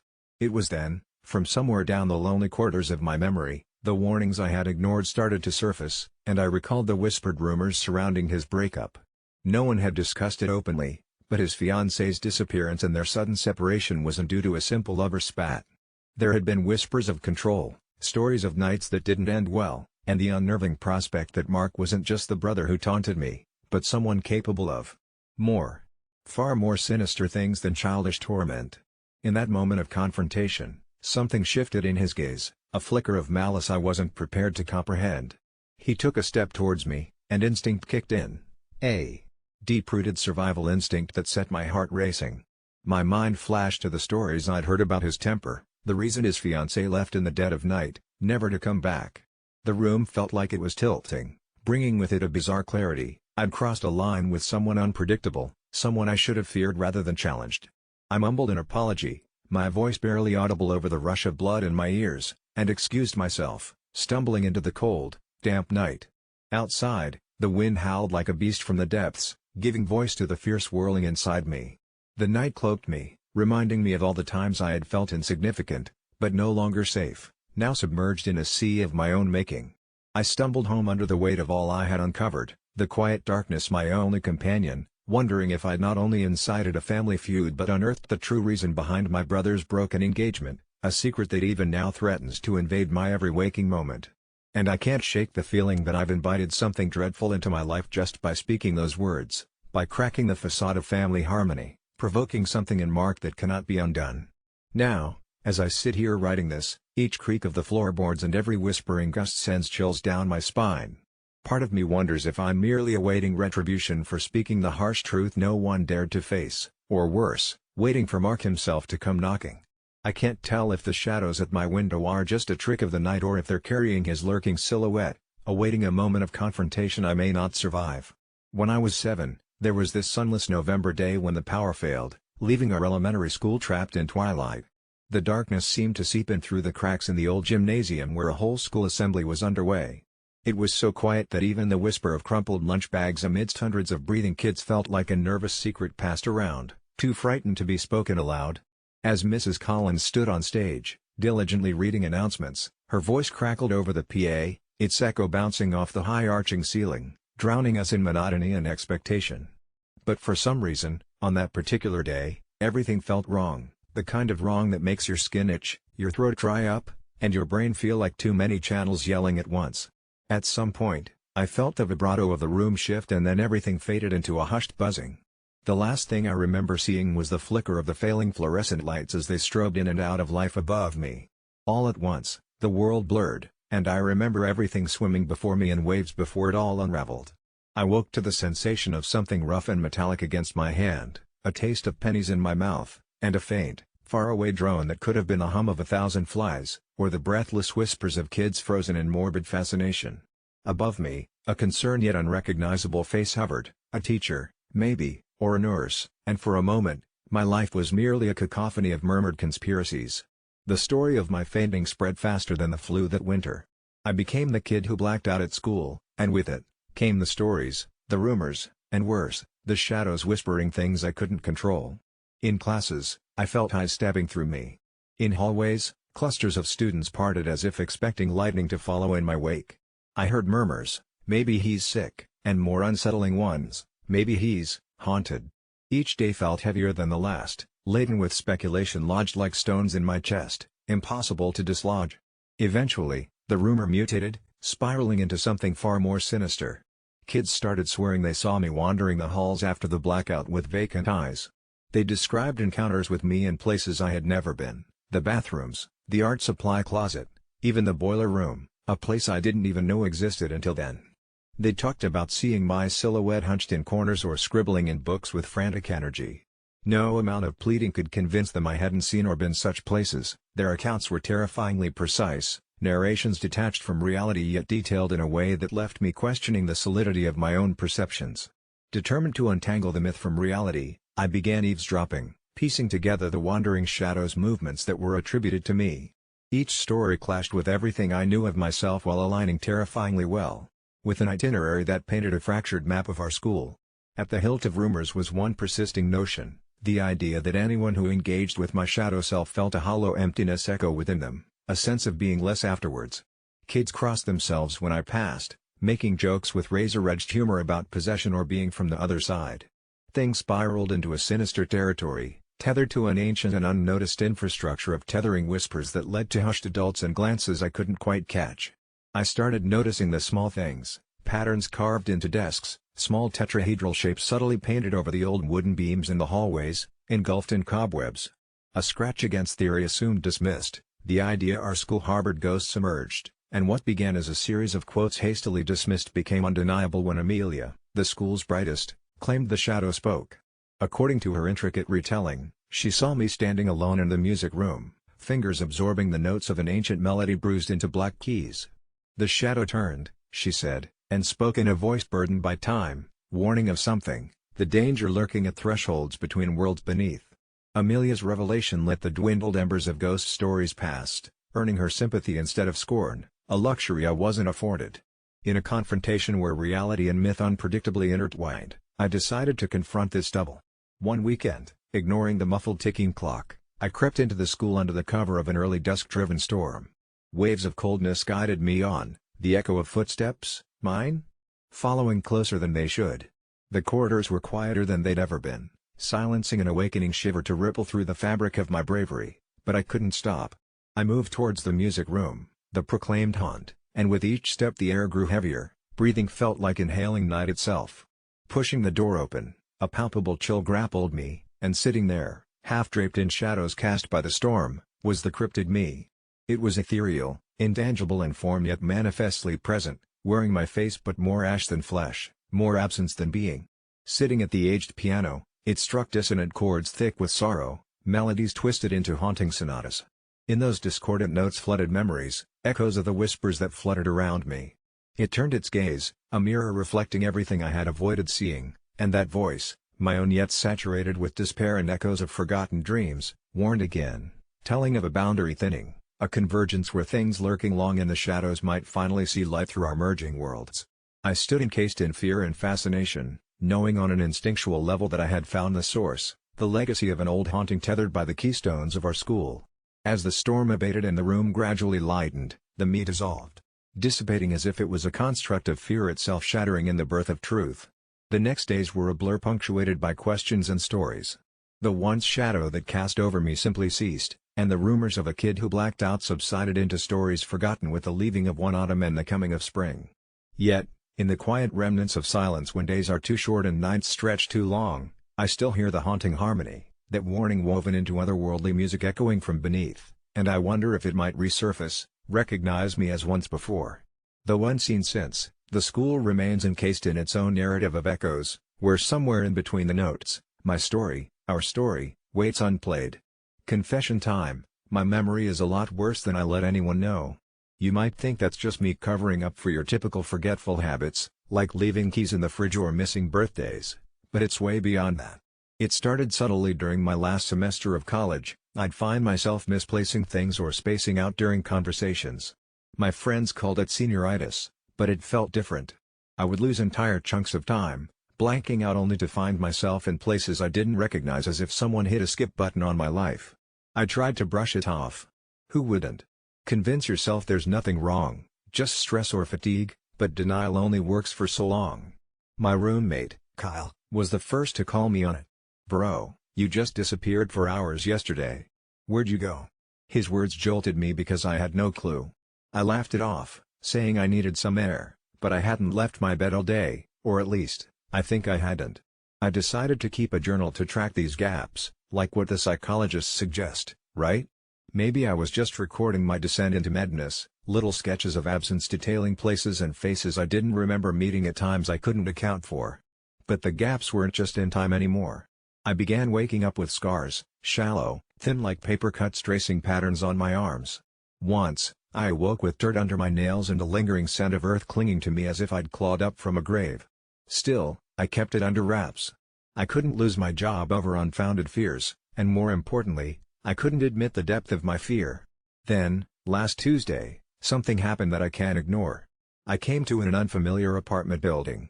I was in front of a door, key in hand, poised to enter as if I lived there, and that's when I heard whispering. Holding my breath, I pressed my ear against the cold door, the wood vibrating with soft murmurs of a conversation too low to understand. That's when I remembered more vividly. I'd been here before, outside this very door many times, though I never recalled stepping inside. I had no idea who or what awaited me on the other side. Panic gripped me, more lifelike than anything else felt in those days, forcing clarity into my fogged-over mind, and I bolted. I've been retracing my steps ever since, the rare few I remember, to recover my past. Kyle noticed the anxiety shadowing me as if I'd been marked by something unseen. He suggested adopting a pet, a grounding mechanism. The familiarity would help, he said. But something inside me feared what I'd do if I blacked out around a living thing incapable of judgment. What if No, I'd rather not dwell on that possibility. My efforts to understand dragged me to online forums, a futile quest for similar stories lost in narrative threads and strange coincidences. I found a post by a user, Shadow Skip, detailing their own experiences, eerily similar to mine, down to location-specific incidents. Without overthinking, I messaged them. We needed to connect, share our puzzle pieces. Their response chilled me. We shouldn't meet. It'll make it worse. They always find you when you remember. I never sleep peacefully now, and the new scars seeping red are hard to dismiss. I think I'm unraveling. I got an email from a stranger yesterday. No subject, just a link. I hesitated, hovered over the link, and finally clicked. A live feed, grainy and dark, like old security footage. My heart stopped as I saw someone entering the apartment from my vision, a figure clothed in shadow, but as they turned to the camera, even in the blur, it was unmistakably me. Monday's just around the corner, and I dread waking up in front of that door again. I've stopped journaling, abandoned all narratives of then and now, trying only to survive where reality and forgetfulness blur with each breath. Maybe this is my confession, or a cry for help, or a simple warning: beware the memory gaps. And if you ever hear whispering outside a door you don't remember, don't enter. For now, I'll keep pretending, hoping this message reaches someone before it's too late, just like it was for Shadow Skip.